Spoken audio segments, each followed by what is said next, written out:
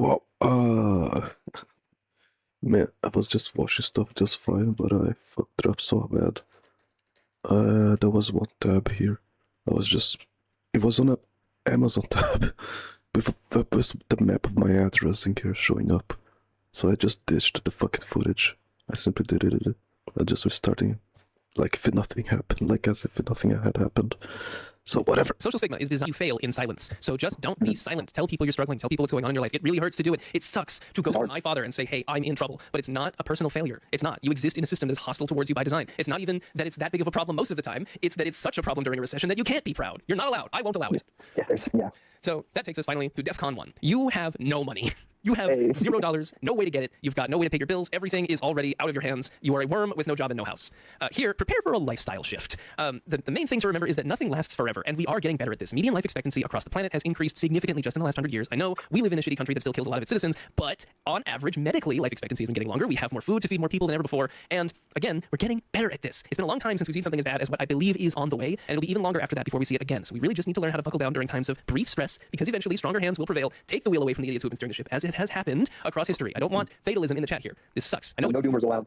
I know the world sucks right now, but the world has sucked much worse before, and it's going to suck a lot less in the future, which means our peaks and valleys are evening out. We went from rounding people up and murdering them by the millions to yelling at people on social media. I feel like that's progress.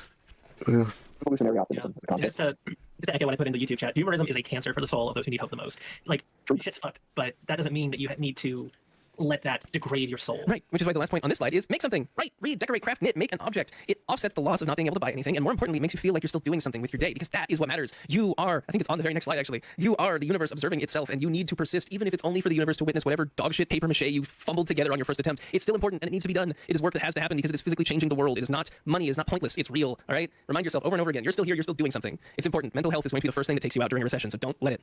The government's job, like I said, is to spend its own money. Social benefits do exist. Social workers know it's probably your first time going through this, and there will be lots of paperwork. I'm sorry, but they always know what they need from you. You can call at any time and say, hey, tell me about my case. What do you not have for me yet? And they'll tell you, and then you get it, and then they will give you government money. It's their job. I promise. It works that way. If you're worried you missed something, just stay in touch with those people because they know what they're doing and they want to help. Believe it or not, it is the government's job to make sure you do not die. Right. That's the one thing it is supposed to do. So now for the hardest pill to swallow here. How long will it take? Well, this answer presumes we enter a real actual recession, which gets properly managed by the government. It's also possible that we enter into an insane, what they call K-divided economy, where the lower class just persists in what's the word? I don't know, the recession-like destitution? Yeah, persist in destitution, while the upper class pretends nothing is wrong. So that affects how long this might last. But let's say 2 to 5 years. The main reason that we're on a delay is because the recession actually technically already started, but we won't know it until a few months have passed. My prediction was that it was 2 weeks ago, no, 3 weeks ago, I can't remember, 2 or 3 weeks ago, which was the first day, it was the breaking of the 9-week winning streak of the S&P 500. I believe that was the very instance that the recession properly started, and money has been exiting the economy since that moment, but we won't know it until we see the economic downturn that I'm expecting, and those numbers will show up in like December or something. So take my word for it or don't, it really doesn't matter, whatever's coming is coming, but 2 to 5 years from the point that we acknowledge a recession has begun. By the end of that time, you will, if you're watching this video still, likely be homeless, but you will have found enough food to eat, you will have kept yourself sane, and your family will likely have become much closer to you if they helped, or you sorted out who the real heroes and villains of your life were along the way. Either way, being able to effectively turtle and make your current level of comfort last as long as possible was the whole goal of this, because there's no way to budget out of a recession. You're never going to make things better. It's just about slowing the fall to the bottom. Once it's over, Slowing the bleeding. slowing the bleeding down. Once it's over, you can breathe a sigh of relief. Recessions are the end point of the worst parts of the economic cycle, and everything good happens right afterwards. Capitalism is a springboard, and this is just going to be a very brief little history lesson for you. Remember the good old dot-com bubble everyone likes to bring up? It's the most closely related bubble to the AI systems that we've been seeing recently, and the parallels are really interesting because during the dot-com boom, the main infrastructure that was being laid out was telephone cables, phone lines, internet lines being run to everywhere in the entire country because everyone was going to have internet. It was going to be the next frontier, the new biggest thing, and everyone's valuations exploded. And then the 2000s happened. Valuations did not actually return the kind of investments that were made in them, and everything got dirt cheap because money isn't real. And once you've laid down all of that infrastructure, the very next step is to drive on the roads you just paved. That is done cheaply because all of the equipment gets bought really, really cheap after a recession because, hey, it's a recession. Everyone's going to sell what they have for whatever they can get for it. So apply that logic to today. What have we built during the AI boom? Well, we built a bunch of data centers clustered all over the country, powered increasingly by renewable energy because everyone's really pissed off about the economic impact that they cause, which all have lightning fast networking speeds. Now, I can imagine a future that's pretty cool where we have lightning fast internet connections to top of the line data centers right down the street. I'm seeing cloud gaming. I'm seeing cloud VR for the first time. The reintroduction of Stadia. You know, we have built a lot of really cool stuff. The problem is it takes overextending on debt to get there. So we're going to have a recession. It's going to be whatever strength it is. Hopefully you won't need to move too many rungs down the old list in this video. But if you do, just know that on the other side of it is some really, really cool consumer computing options. All right, AI is not going to stick around forever, and I'm really excited to see what all these advancements in technology do. We just have to get there first. Hopefully we'll have enough clean, fresh water by that point. Right, hopefully. That's the other thing also. What? Oh man, as long as I actually get access to the government benefits. Some people have to fake it in order to make it. And when they got caught faking it, because they have to fake it, yeah, they just get turbo punished by it. There's no easy answer for that. Oh, I am. It was supposed to be. Oh fuck, not that. Oh my fucking gosh. No, there. Yep, holy shit. This one, they got turbo cursed. Nope. Start again from scratch. And yeah, I had to just switch off the fucking thing there. Because it was bugging out like crazy. Even YouTube was bugging like crazy.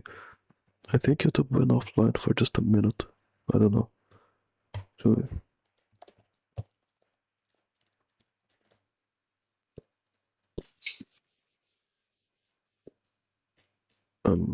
no. I don't know. Either that or just my internet went down, maybe.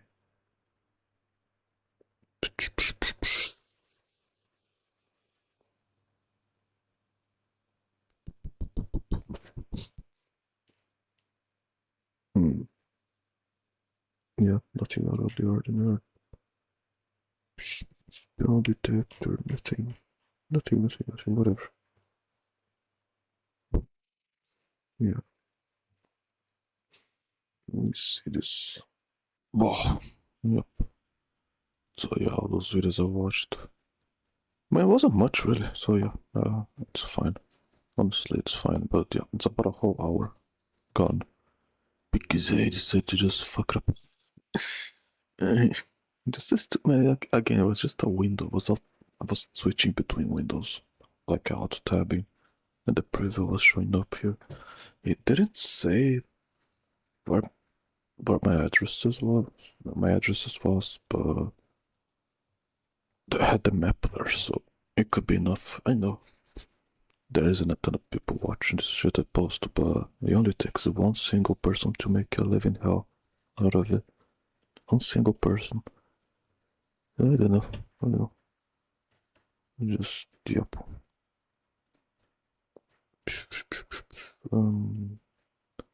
Yeah.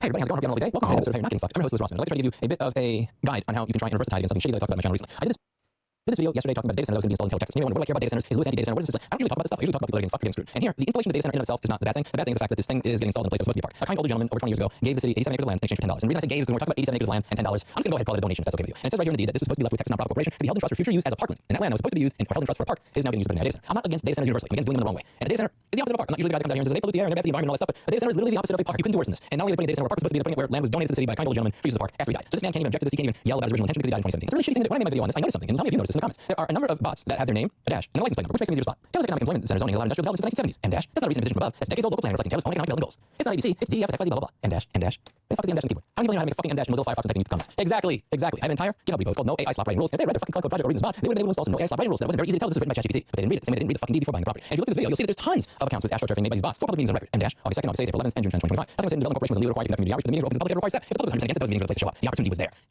I'm responding to a bot. I feel super responding to a bot, but I'm gonna do it anyway because I feel that as time goes on, I'm gonna be doing a lot of communication with robots, whether I like it or not. I had an issue in New York where there was a warrant and lien put out of my company. The warrant and lien that was put out of my company was put out, and I never saw it. I never responded to it. I never did anything about it. The reason I didn't do anything about it is because A, the warrant and lien was for taxes that I already paid, that I proved that I already paid. They put money on my bank account, so I figured they were okay with it. The warrant and lien was sent to a PO box in Berwick, Maine. I live in Brooklyn. My business was in Manhattan. I have no business in Berwick, Maine. I don't go to Berwick, Maine. Why would I look to see if I had a warrant on me? I don't spend every day waking up, drinking coffee, petting BlackBerry, and then just googling, is there a warrant down on Lewis Rossman? It's not the way that I do my day. And most people who live in town don't look at the deeds for people who died to figure out whether or not they donated land to be a park 20 years ago. That's not something people do. So you're right. Many people may have not shown up because they may have not known about this. But I have a feeling that you did. In the beginning, I thought maybe this was just a mistake or something that was skipped over on the part of the company. But now I don't think that's the case anymore. Because if you're the type of person to AstroTurf on a video that at the time that you started AstroTurfing on it had less than 8,000 comments, AI chatbots, something telling you. No, I'm not giving the benefit of that anymore. I was before, but not anymore. You're asking people in the town to be aware of the deed of every single property. They didn't catch that you did a fucked up thing. They didn't know. They weren't looking. But now they know you did a fucked up thing and they're trying to undo it. And I'm okay with that. L-Chime-K-7I, so your name, dash, and license plate, same pattern. The doors weren't closed. And dash, for public meetings on the record, all verifiable. August this. Standard municipal scheduling isn't a hurry conspiracy. Now, when I said closed doors, I'm referring to the fact that in this particular meeting that we were talking about, there was a meeting with the lawyers in the city council, and that was behind closed doors where people couldn't see. And they were discussing the legality of this particular issue. This is the same comment over again. Michael dash license plate. Treason is specifically charged with crime of country. And dash, approving illegal development on industrial zone land. Public meetings doesn't meet that bar by any legal definition. Pirate steal. Taylor's council public land through documented legal process and directed the proceeds to schools and infrastructure. This is the decision all you want. The language of treason and criminality requires actual crimes. And for public meetings plus court rulings says otherwise. I like how many people are able to see that it is a bot. Not a bot, just someone just read the video and said so. Easy to test. And dash, responds to the actual point instead of using it. The city retained 15 acre buffer in the size of 2,000 feet from existing park. Respect looks like $20 million going to school district. Craig dash license plate. Public records requests are available anywhere in Texas. And dash, financial disclosures public officials are accessible. If it's evidence of improper enrichment, that's a legitimate avenue to pursue. With a $10 million went to a public entity and $50 million in projected revenue to public services. The money trail is documented and available right now without a forensic account. So the first thing that you should do is please, for the love of God, before you do this again, add my no AI stop rules to your cloud code project. I put this out there for free. And secondly, put a note remembering your cloud code project that you shouldn't use dash and a license plate number for all of the accounts that are bots because it makes it very easy to see the bots. But getting to the point here. The reason I think the residents of Taylor have something to be excited about and proud about is you actually have a chance to win. This company realizes that they're in deep shit. You don't hire astroturfing bots to go after a YouTuber that has 80,000 views of the video at the time unless you genuinely believe you fucked up. You don't hire an astroturfing company or a reputation management firm or spin up plug code and like rush out your botnet without even installing no AI slop rules unless you believe that you're wrong. You don't hire a reputation management company if you didn't fuck something up if you're not nervous. This is not the way a confident company that believes in their decisions act. This is the way a company acts when they realize that they've screwed up, they've done something wrong, they've been caught with their pants down. Oh fuck, what do I do? That's my opinion. You guys are winning. And it was only 460 that showed up and you're still winning. They're afraid. They're a company that had the money to do this and they're still afraid. You're winning. You got them on the ropes. Keep going. There were only 460 that showed up last time. Next time the city council, I want to see 60 show up at least. This is something I have a long history of personal experience with. So if the company behind this data center thinks they're just going to do this and I'm not going to notice it and call you out, you're crazy. This happened to me over 14 years ago. One of my first videos on this channel, and I had less than 100 subscribers, got 100,000 views, was ResellerRatings.com extortion scheme, how it works. ResellerRatings.com is a website that allows small e-commerce shops to get reviews for their business. Now, why would somebody pay 30 or 100 or $7,000 a month to use their service? Because back in the day, Google would only show stars next to your business listing in the Google shopping results if you were searching Google for products if you had reviews on certain websites. And those certain websites acted like a control tool, took advantage of this greatly. And I went over that in this video, how they would hike your rate and actually brag that there are people out there paying over $7,000 for this. And I thought that was extortion. After I did my video on it, you can see that the vandalism is still up. The subtitles for the video are complete and utter garbage. I was getting 1,000 comments a day saying spam misleading, spam misleading, spam misleading. And when I look at my YouTube analytics, it's really weird because my channel with 100 subscribers is getting thousands and thousands of views from something like Malaysia, Vietnam, Thailand, and it's just like nice try. So I see what you're doing. I talked about it in a follow-up video. And that's what I see going on here. If you're willing to show up to the city council and know about all this, I am willing to continue covering it. And to be clear, this is not something I'm doing for the money. It's something I'm doing because I don't like bullies. I flew to California last week because I didn't like what Michael Bloomberg is trying to do, destroy 3D printing manufacturing in America. The video that I did on that made $20. My channel is even like 50 cents. I do a video that gets 44,000 views. I make $20. I spend more money on a cat sitter to give Mr. Clinton's pill and feed BlackBerry in one trip than what I made off the video going. And that's not the point of the matter. The point is to let bullies know that they don't win. I don't care if the video is me going to Taylor and doing a recording of the entire city hall and trying to get people excited to show up. It does not make me money. That's not the point. The point is to make sure the bullies get what's coming to them. And my thing with the bullies who are coming to them is learning that they spent $10 million on a piece of land that they're going to have to deal with having a spark because that's what it's going to be. So what I think all of you need to do is you need to show up. And if you show up, I'll make sure that everybody sees that you showed up. I'll make sure to tell your story. I'll make sure to try and encourage as many people to show up as possible. And when you show up, you need to let the city council know that when they make this difficult decision, that you're going to be there supporting. You have to understand that the current city council did not sell this land. The people that were there before them did that. They're in a position to have to apologize for what other people did. They're either going to have to screw over the community by not giving them a park or screw over themselves and make the community again by telling this large company, hey, I know you bought this land for $10 million, but you can't build a data center. Sorry. And then get sued. And then the money that would otherwise, the resources that would go towards recycling and trash pickup and everything else is now going to have to go towards hiring a big law firm to defend themselves against the company. The city council is fucked no matter what they do. So I think it would be a very good approach here. Showing up to the city council and let them know that we want you to do the right thing. We don't want this in our community. Here's the thing. We understand that if you make that decision for us, that's going to suck. Not just for you, but for us. We want you to know that we're there for you if you make that decision. So when you say that we're going to have half as much recycling pickup as we did before, we're not going to curse you out and say we're voting somebody else in. We're going to say, you know what, that sucked. We're going to take a look together because you did the right thing for us. It's easier for people in authority to do the right thing when they know that they have the support of the community. Let your city council know that you have the support of the community. Let them know that the reseller ratings of the world, this company that came up with this fucked up data center, are not the people that are going to win. And again, this is not about being anti-data center. I've never done a video on this channel, not once, going over how I think all data centers are universally bad. That's what this is about, and that's what the comments are trying to phrase it. I'm against you building a data center, but you promise you're going to build a park. That's it. Simple, basic common sense. I have no problem with an industrial data center. I have no problem with an industrial garage where mechanics are working on cars. Just don't put the industrial garage where a daycare is supposed to be. It just doesn't belong there. It's that simple. Fulfill your obligations to the person that wrote that deed. Do the right thing. Show up and make sure that your city council knows that when they do the right thing, you'll support them for doing the right thing. It's the people making those bots in the comment section. I see what you're doing. My audience does too. See your residents too. You're not changing anybody's opinion here. If anything, you're making their opinion view worse. Because before, and maybe they're just greedy, maybe they made a mistake. But now they can see the demolition intent involved. That's not helping your position at all. Now I'm gonna make sure. That's it today. As always, I hope you learned something. You're about to learn a $10 million lesson that you won't soon forget. Bye now.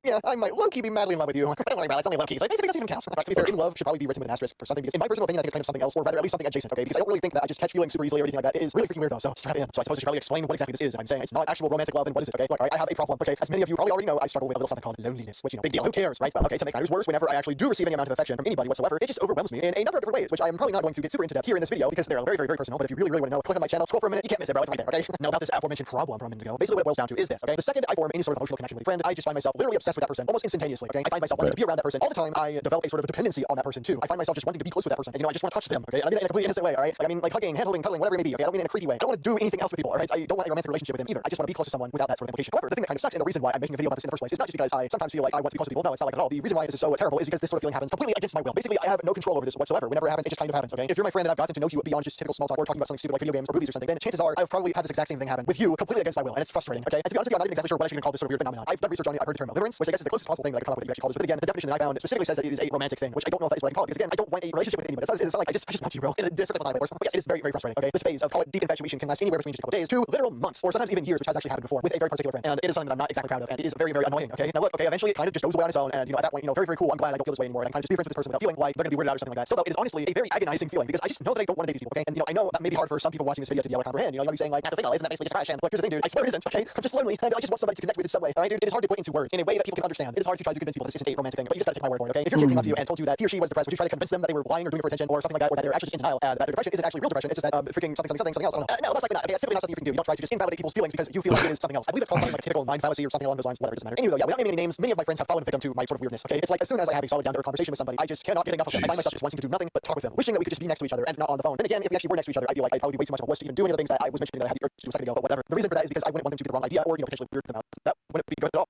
I don't want to lose people or make them start disliking me or start thinking that I'm weird or making them think that I want to do things to them that I clearly do not want to do. And because of that, I basically never even bring this up at all. The fact that I feel this way toward them, so it can feel kind of frustrating. You know what I mean? Trying to be friends with people and them not knowing a very, very, very big aspect of the way that I feel about them. Do you know what I mean? And okay, look, dude, the title of the video, you read it, right? There is over a 0% chance that whoever is watching this video, given you've given me at least some sort of emotional attention, there is probably at least some chance that you've been one of my victims. Okay, that's kind of a key word to use, but okay, let's express special interest. Okay, I don't freaking know, dude. Not much better, but you get the idea. Okay, and it's definitely a bit of a scary thought to think about. But look, it's probably a positive thing. I think it's good to get this sort of information out there so that people can understand just a teeny weeny bit more. You know what I mean? I want to preface also that I would consider myself to be asexual, whether you want to believe it or not. Okay, so before you ask, no, I don't get the sudden urge to thread the needle with anybody the second I get to know them or something like that. That would be freaking ridiculous. Okay, also, I don't know if I've made it obvious enough, but I am definitely very, very ashamed of the fact that this happens in the first place. Okay, be friends with people, but sometimes it feels like there's a force holding me back from truly connecting with them because I find myself so deeply infatuated with people that it feels like I kind of have to manually slow myself down out of fear that they're going to hate me or want to distance themselves from me. And, I just have abandonment issues, and it's just so hard whenever you're freaking emo. Look, okay, I'm trying to improve, but it's just so freaking difficult. Okay, as I said, all right, it happens against my will. I have no control over it. It just freaking happens, and what can I do? There's only a few things I can do, and honestly, I think the big thing that I need to do is that I just need to get a woke buzzword alert partner because at least that way I can have at least like somebody there to fall back on. You know what I mean? Someone I can sort of redirect these sorts of feelings to, so that way I don't claim any new addictions. You know, it'd be nice to have someone there for me. Is what I'm getting at. Okay, in the grand scheme of things. The only thing I can actually really do right now in the present, other than just trying to find someone like that, I guess would just be to talk it over in my head and convince myself that it's not anything weird. And of course, it definitely is extremely weird. Okay, but I'm trying my best to maybe not be so ashamed about it because again, as I said, it isn't exactly something I can control. You know, this is not exactly a moral dilemma of any sort. Alright, so at least trying to tell myself that, hey man, you don't gotta worry about it, man. It's actually just something else entirely that's making you do this. Oh, it's like your buddy. That definitely helps a lot. You know what I mean? It definitely helps me continue to move forward without wanting to stick my head in a rusty guillotine. You get what I mean? But yeah, I guess we can only hope that maybe someday I'll find somebody I can be with who will somehow miraculously overlook all the things that are wrong with me and will also somehow love me. You know, that'd be really cool. Back to dream gang. Anywho, though, yeah, I don't really have anything else to say, so I'm gonna wrap it up right here. Moral of the story: if this somehow also happens to you, I just want you to know that it's not your fault, and I ask that you at least try to find healthy relationships with people and mainly just try to thug it out. Alright, buddy, we won't get through it. That's just about the best advice I can think of at this moment in time because me personally, I'm still going through this trying to figure it out. But I feel it out. You know what I mean? Yeah, that's about it. I want to mention that I have a Discord server now. If you are interested in that, if you want to stop by, chat with some very interesting people, then come on in. Also, you might even be able to talk to me because I'm always kind of there too. I don't just lurk, believe it or not. I try to engage myself with my community, just touching me bits. So yeah, if you want to consider joining, the link is in the description. Also, take a look. See here, we got some fan art. This stuff is the bomb. Hope you like it too because I sure do. No, last but not least, I will not join your Discord. It's not obligatory. It is not required. I'm just throwing it out. Okay. I would not start using Discord again because of it. And again, though, if this is the first video that you've seen from me, then do not feel like you are legally required to send me free money. All right, I'll manage. I'll find a way. But yeah, whatever. Okay. Thank you very kindly for watching this video of mine, and without further ado, I shall catch you all in the next one. Bye.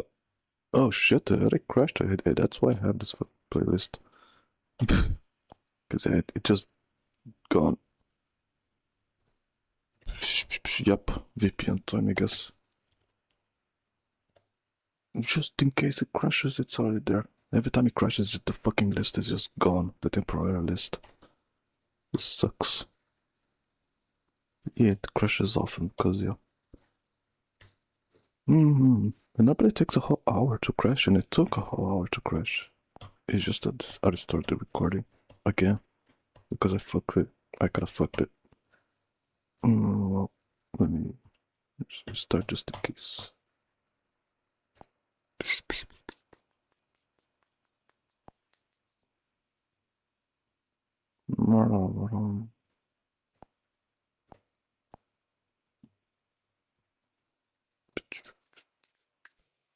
If that doesn't work, I need to log in again. It's just logging in, logging off. It's kind of weird.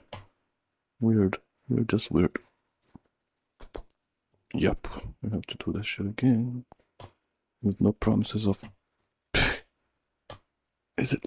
Okay, it is fucking hell. Sometimes being logged in is just... Nope. Well... Actually, I gotta go play out. Yep. Mecha Chameleon is the new game on the internet. It didn't work with the heck.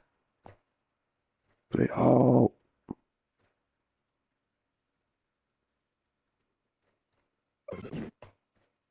Yeah, it does. I actually did. But the VPN is kind of sluggish. What I mean by this is the fact that Kinda. every few months or so, there's something that all of the streamers start playing with one another, and then this becomes the game everyone else is playing. Mecha Chameleon is basically prop hunt, except you have to use your artistic skills to disguise yourself as the various items surrounding each map, which leads to very clippable situations in which players attempt to fool their friends. It all started when I was 5 years old. My mother took me to my friend's house, and my friend's name was Sidos, and from there it all went downhill. It fits into the genre of game that can be described as streamer bait, or something like Friendslop. Prior titles like Lethal Company, Repo, and Peak have all become games that are popular with streamers, and thus the rest of the gaming population, simply because they tend to inspire funny moments with friends. It's cheap, easy to understand, and one of those games that people can just buy and play without huge download files or high cost.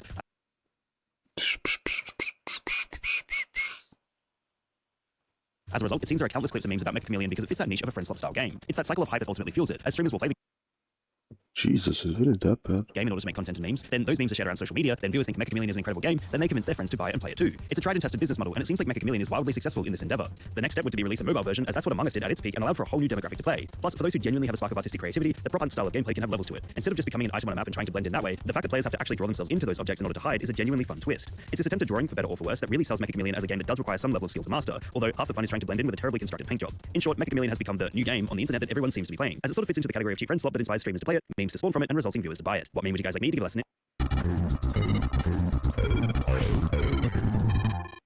Welcome to another video from explainingcomputers.com. This time we're going to look at this, and 8 other computer storage media that have sadly become extinct. So let's go and delve into retro computing.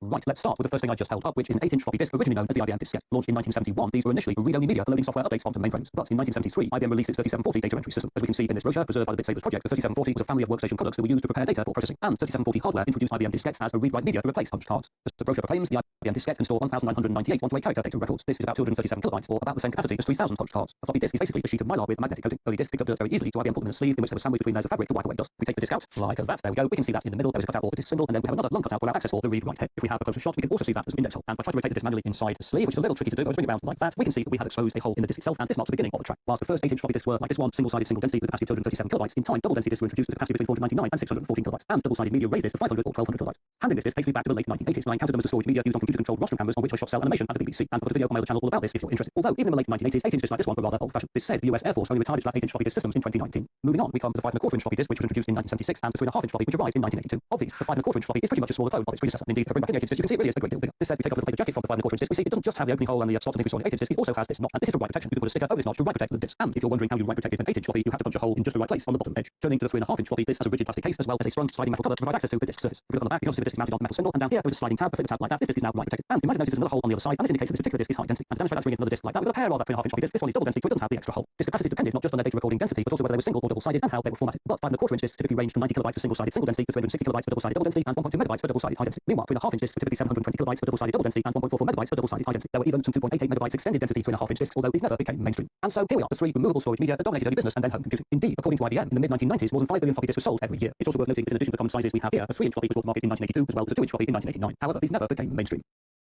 Right, let's move on to 3 higher capacity removable media, which are a 44 megabyte SideQuest cartridge, a 100 megabyte iMedia zip disk, and a 1 gigabyte iMedia Jazz disk. These were all developed to back up and exchange files that were too large to store on the floppy disks we've just looked at. And for many years, these and other removable storage from SideQuest and iMedia were popular rivals in this market. So, let's take a closer look at our SideQuest 44 megabyte cartridge, which was released in 1986 and is technically known as an SQ400. For a decade, this was incredibly important removable storage media, with particular wide application in graphic design, publishing, and music production. As we can see here on the front of the box, it's labeled as a 5¼ inch removable hard disk cartridge, and indeed, it's basically a hard disk cutter in a housing that slots into a drive that contains the rest of the hard drive mechanism. So, let's open it up. These things always make exciting noises, even when not being used. There we are, let's get rid of the case like that, and here is our cartridge. And we can just about see the upper hard disk matter. You can probably see it better from the other side, yes, I think we can. You can see the spin in the middle where it attaches to the drive unit, and the heads actually enter from an edge, specifically from this edge here. And if we have a closer shot, we can see there is a cover, which of course the user is not supposed to open, but this is a video, so we have special permission, and I'll therefore do that, and we can see inside the cartridge the hard disk matter. Now, it's worth noting that whilst this is a 44 megabyte cartridge, SideQuest did release 88 and 200 megabyte media in the same form factor, as well as several other forms of removable hard drive storage. But 44 megabyte cartridges like this one were for years a de facto standard, especially in publishing and graphic design, where they were frequently used to deliver artwork to the printers. All good things do, however, always come to an end, and with the SQ400, its slow demise started in March 1995 when SideQuest rival iMedia launched their 100 megabyte zip disk, or ZIP100. This is based on floppy disk rather than hard drive technology, and was the most successful of several so-called super floppy disks that competed in the removable storage market in the mid to late 1990s and early noughties. If we open it up, nice and simple, even for me, there we are, there is our zip disk, which we see the symbol of that, which will attach obviously the drive mechanism inserted into the drive mechanism, and access to the disk is like a SideQuest cartridge at the edge. We have a little thing like that. Let's flip it that way and have a closer shot, and if I now open things up, yes, we can see the floppy disk media inside the zip cartridge. Whilst the first ZIP100 disks like this one had a capacity of 100 megabytes before formatting, in 1999 the 200 megabyte ZIP200 version was launched in the same form factor, and this was followed in 2002 by 750 megabyte zip disks. Zip cartridges were manufactured not just by iMedia, but also with companies including Verbatim and Toshiba, and for a while some computers were even sold with internal zip drives. On the negative side, while zip drives were very successful, they sometimes developed a catastrophic fault that became known as the click of death, which I'm sure some viewers of this video will remember. Moving on, a much more niche product was this iMedia Jazz. This launched in 1996 with 1 gigabyte capacity, although 2 gigabyte Jazz disks in the same form factor followed in 1998. Like the SideQuest cartridge we were just looking at, Jazz is based on removable hard drive technology rather than floppy disk technology that's used in zip disks. Oh, We open it up, here we are, let's take out our cartridge, which is similar in design to the one we've seen already. On the back we have a spindle which will attach to the motor in the drive unit, and again, access to the internal media is by the edge. The heads go in this particular way here. We can see there is a cover, so let's have a shot of that. And if I pull it back, which is quite hard to do on a Jazz drive, it's not designed to human access, but we will do it anyway. And we can see inside there are 2 hard disk platters. Very exciting 2 hard disk platters inside the Jazz drive, which I will wrap up again, keep it nice and tidy to keep it all happy. I personally used Jazz drives when I first got into digital video, and I found them to be very fast and reliable, but the technology was relatively complex, and some users did experience mechanical failures. And so there we are, 3 of the higher capacity removable magnetic disk media that people relied on before they were replaced by USB drives, writable CDs and DVDs, and internet file transfer. Greetings. For 7/6 media, I thought we'd sidestep from disk to look at this, an Atari Portfolio memory card released in 1989. This provided removable storage for an Atari Portfolio on top computer, and is a distant relative of today's modern memory cards. However, in contrast to today's SD and other flash media, this stores data on RAM chips, and because RAM chips are volatile, the card needs a battery to maintain its contents when not plugged into a computer that can supply power. So if we flip this thing round and open it up just here, we can see inside there is a battery that will come out. Come on, there we are, and here we are, we've got a CR2016 cell, and do not panic, there was no data on this card. There certainly isn't any data on this card now. In case you're wondering, the battery life was about 2 years, which I can confirm from my own use because on the other side of this card, in addition to the contactor connected to the computer, there is also a label on which, as you can see, I recorded when I changed the battery. And I also recorded on the label the capacity of this card, which is 64 kilobytes, although 32 and 128 kilobyte versions were also available. I used my Atari Portfolio for making research notes with the 64 kilobyte card storing just over 5,000 words. The Atari Portfolio was made famous by the film Terminator 2, and if you want to know more, I've got a dedicated video. Finally, let's turn to magneto-optical or MO disks. Unlike writable CDs, DVDs, and Blu-ray, these combine both magnetic and optical technologies to provide extremely durable random access storage. To write data, a laser heats a spot on the disk with an electromagnet, then flipping its polarity. Data is then read using a laser to detect magnetic orientation. Here we have a Sony 5.2 gigabyte 5¼ inch cartridge, and if we take out its cardboard sleeve, there we go, and if I open up the shutter, we can see that inside the disk itself is very distinct sector partition marks on its surface. The disk is also two-sided, with the user having to take the disk out of the drive and flip it over, put it back in the other way around to access the other side. For this reason, there were also 2 write protect tabs, one for side B and another one on the other side for side A. Sony launched its first demo drives in 1988, and like several other manufacturers, made both 3½ and 5¼ inch versions with many capacities up to 9.2 gigabytes. Next, we come to DVD RAM, which was introduced in 1996. Initially, this was housed as here in 2-sided cartridges and used for both home video recording as well as computer storage. But fabulous media like this arrived in 1998 with a 4.7 gigabyte capacity for single-sided and 9.4 gigabyte for double-sided. And again, if we look at the media surface, take a scan and have a look like that, we can see the distinct sector markings which make it very clear this is not a traditional writable DVD. This said, some DVD writers were DVD RAM compatible, and indeed, I used one myself for many years. The advantages of DVD RAM were its durability, random access, and an archival life expectancy of at least 25 years. But sadly, Panasonic manufactured the last DVD RAM disc in 2019. Another MO format was MD Data, introduced in 1993. Here, the cartridges housed 2.5 inch magneto-optical discs, like those used in the audio version of the disc, and the capacity here was 140 megabytes. This provided competition to the iMedia zip disk, but with the drives to read MD Data discs selling at a far higher price. Sony did launch a 650 megabyte MD Data 2 in 1997 and a 1 gigabyte high MD in 2004. However, these were never used for general data storage. And so there we are, our 10 extinct data storage media, which I hope for some of you have triggered some fond memories. And I do think it's a shame that we don't have a modern version of magneto optical storage. Back in 1981, the first computer I ever owned was this, a Sinclair ZX81. And like many early home computers, this stored data on cassette tapes. 45 years later, many different kinds of storage media have been launched, with many also having become extinct, as we've seen in this video. And without doubt, today's modern hard drives and SSDs offer incredible capacities and performance. It's said, I don't think I'm alone in wishing we had more forms of removable storage currently available, including very high capacity optical discs. But now that's it for another video. If you've enjoyed what you've seen here, please press that like button. If you haven't subscribed, please subscribe. And I hope to talk to you again very soon. Man.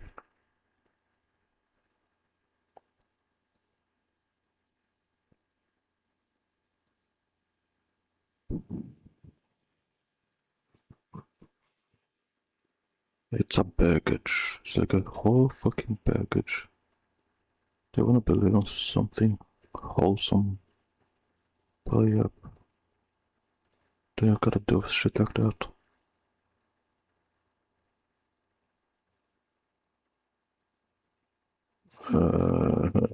It's I don't know, man.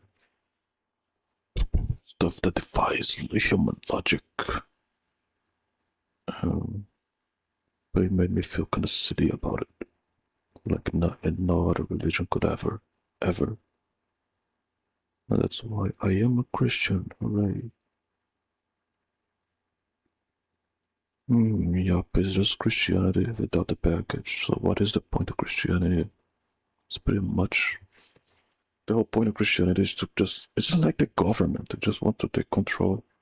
Keep society at bay. And not just have people to just be organized, well structured, and so on.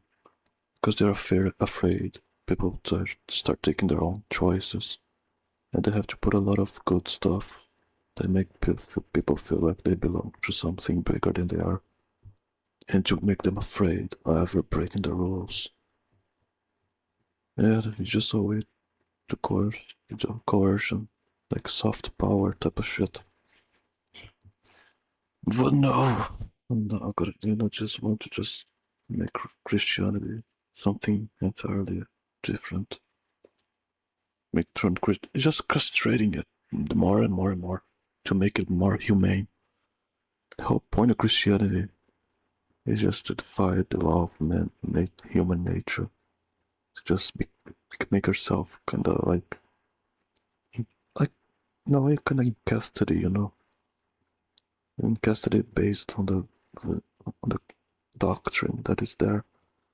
I just gotta take the Bible and just interpret it the way you want and just ignore everything that just seems controversial.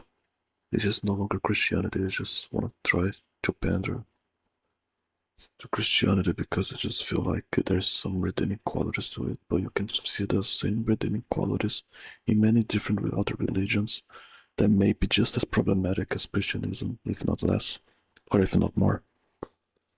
But, yeah, good stuff, I guess. It sucks. I don't know what else to say other than it's pathetic. It's pathetic, so much yapping for nothing, to achieve nothing. The world still goes round, and people still just try to attribute Christianity as something that has never been problematic and never can be fixed again. Fixed as long. You're just trying to just change the definition of being a Christian person. Change that. Oh man, just speculation bullshit at this point. Well, go figure how that works.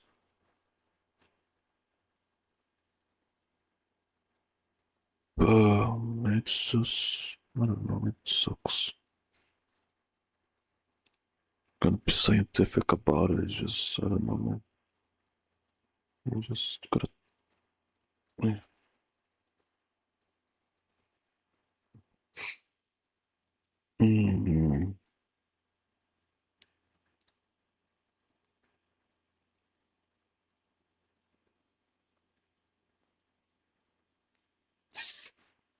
I mean, it's kind of like how people want to define the United States. What does it mean to be American? You'll get a bunch of different answers.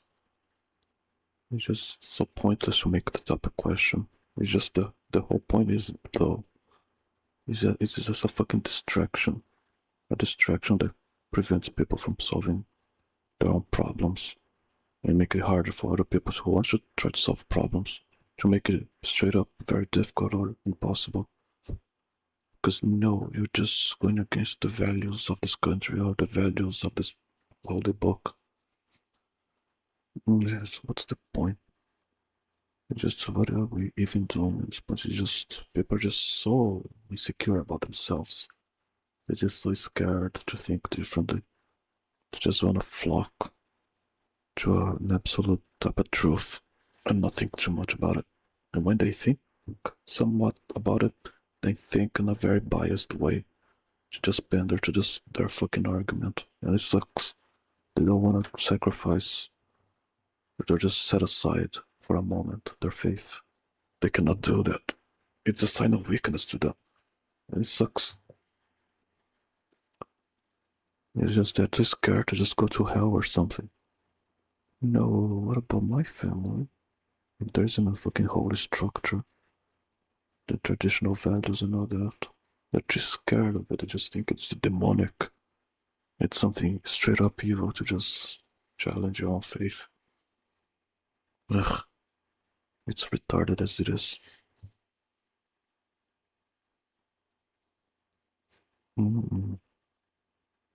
I'll just say it's pointless to even have this conversation. It's just that it sucks to read all this. It would suck even more to watch the video. It's pointless. You're pretty much castrating Christianity, turning it into something it isn't and never been. Pointless retardation. Yeah, my religion is just vague. Why even call it Christianity? Why even care about the Bible? It just can give a different perspective of historical value, and that's about it. That may not even be 100% correct in the end, and that's about it. And through the lens of some of the people who wrote and rewrote the Bible over the centuries. Yeah, good stuff.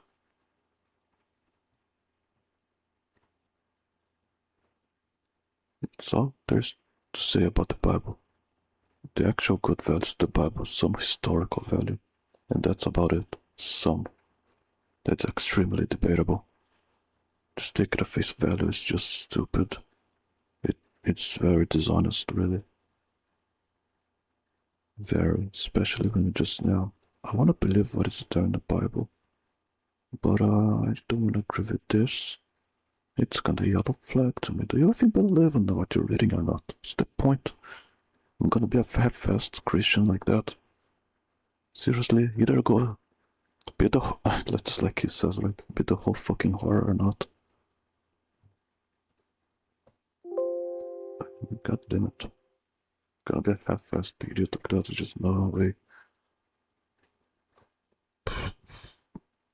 Yeah, whatever. You're gone. I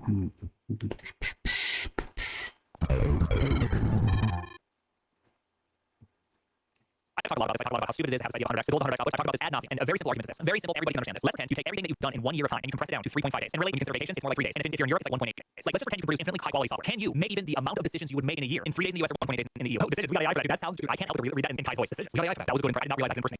I did not know I could do that until just right now. That was a good impression. That was a good impression. I think 5 to 10x is realistic if you have your ducks in order and have good process to get people. 100x is a fever dream, dude. I know it's insane. Oh, that's a decision. Sure, decisions. I know 1.8 here. I know, like, it's just physically impossible. You cannot make that level of decisions. I'm even skeptical of 10x. I do think it's possible to potentially do somewhere between 2 to 5x with really good employees, but I refuse to believe that, like, even 10x, 30 days to make a year's worth of decisions. I think it's really, like, that's pretty fever pitch. It's really easy to make bad decisions if you're making decisions that fast. Salve, salve, galera! Está começando mais um vídeo aqui no canal. Meu nome é Lucas, muito bem-vindo ao Ganho USA. Senhoras e senhores, no vídeo de hoje vamos fazer a nossa compra semanal no meu mercado favorito. O mercado favorito para as comprinhas semanais. Eu tenho mercado favorito para cada coisa. Para mercado de promoção, coisas diferentes, aqui é o posto. Eu já gravei pra você tipo um atacado. Inclusive, eu acho que é o maior dos Estados Unidos e se bobear do mundo, tá? Porque esse mercado tem vários países. Mas o fato é, eu estou sem nada na minha geladeira. Eu estou sem ovo, eu tô sem leite, eu tô sem pão, eu tô sem nada. Eu sou muito basicão pra comer. Vocês vão ver que minha alimentação é bem básica. Mas o fato é, nesse vídeo vamos tentar descobrir quanto que a gente gasta, quanto que uma pessoa solteira, quanto que você vai gastar com alguns itens básicos pra sua alimentação ali durante a semana, tá? Fazia muito tempo pra fazer esse vídeo, então eu tenho certeza que vai ser muito legal. Não esquece de se inscrever se não tiver inscrito, porque aqui nesse canal vai contar tudo sobre os Estados Unidos. Você quer morar, estudar, ou somente tem curiosidade, gosta de ver um pouquinho do que rola por aqui, tá bom? Então, bora comigo. É o Market Basket. Eu já falei várias vezes pra vocês, esse foi, né? O primeiro mercado que eu comprei nos Estados Unidos. Vamos lá, pessoal. Primeira coisa, o mercado tá com um movimento um pouquinho maior do que o normal. Porque...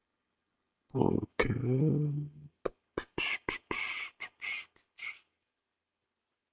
The bitrate hit. É feriado. Sexta-feira é feriado. Que delícia. Pensa, pra galera que trabalha de forma convencional ali, né? Escritório, essas coisas. Nossa, esse carrinho tá horrível, esse carrinho. Eu não conheço carrinho, não. Eu não. Ó, travando a rodinha, sempre tem, né, gente? Mesmo nos Estados Unidos, a gente passa por essa dificuldade. Tá maluco, mas ó, esse mercado é bem grandão. E ele não tem nos Estados Unidos inteiros. Esse aqui tem nas regiões do norte, sabe? Mas não, work guy.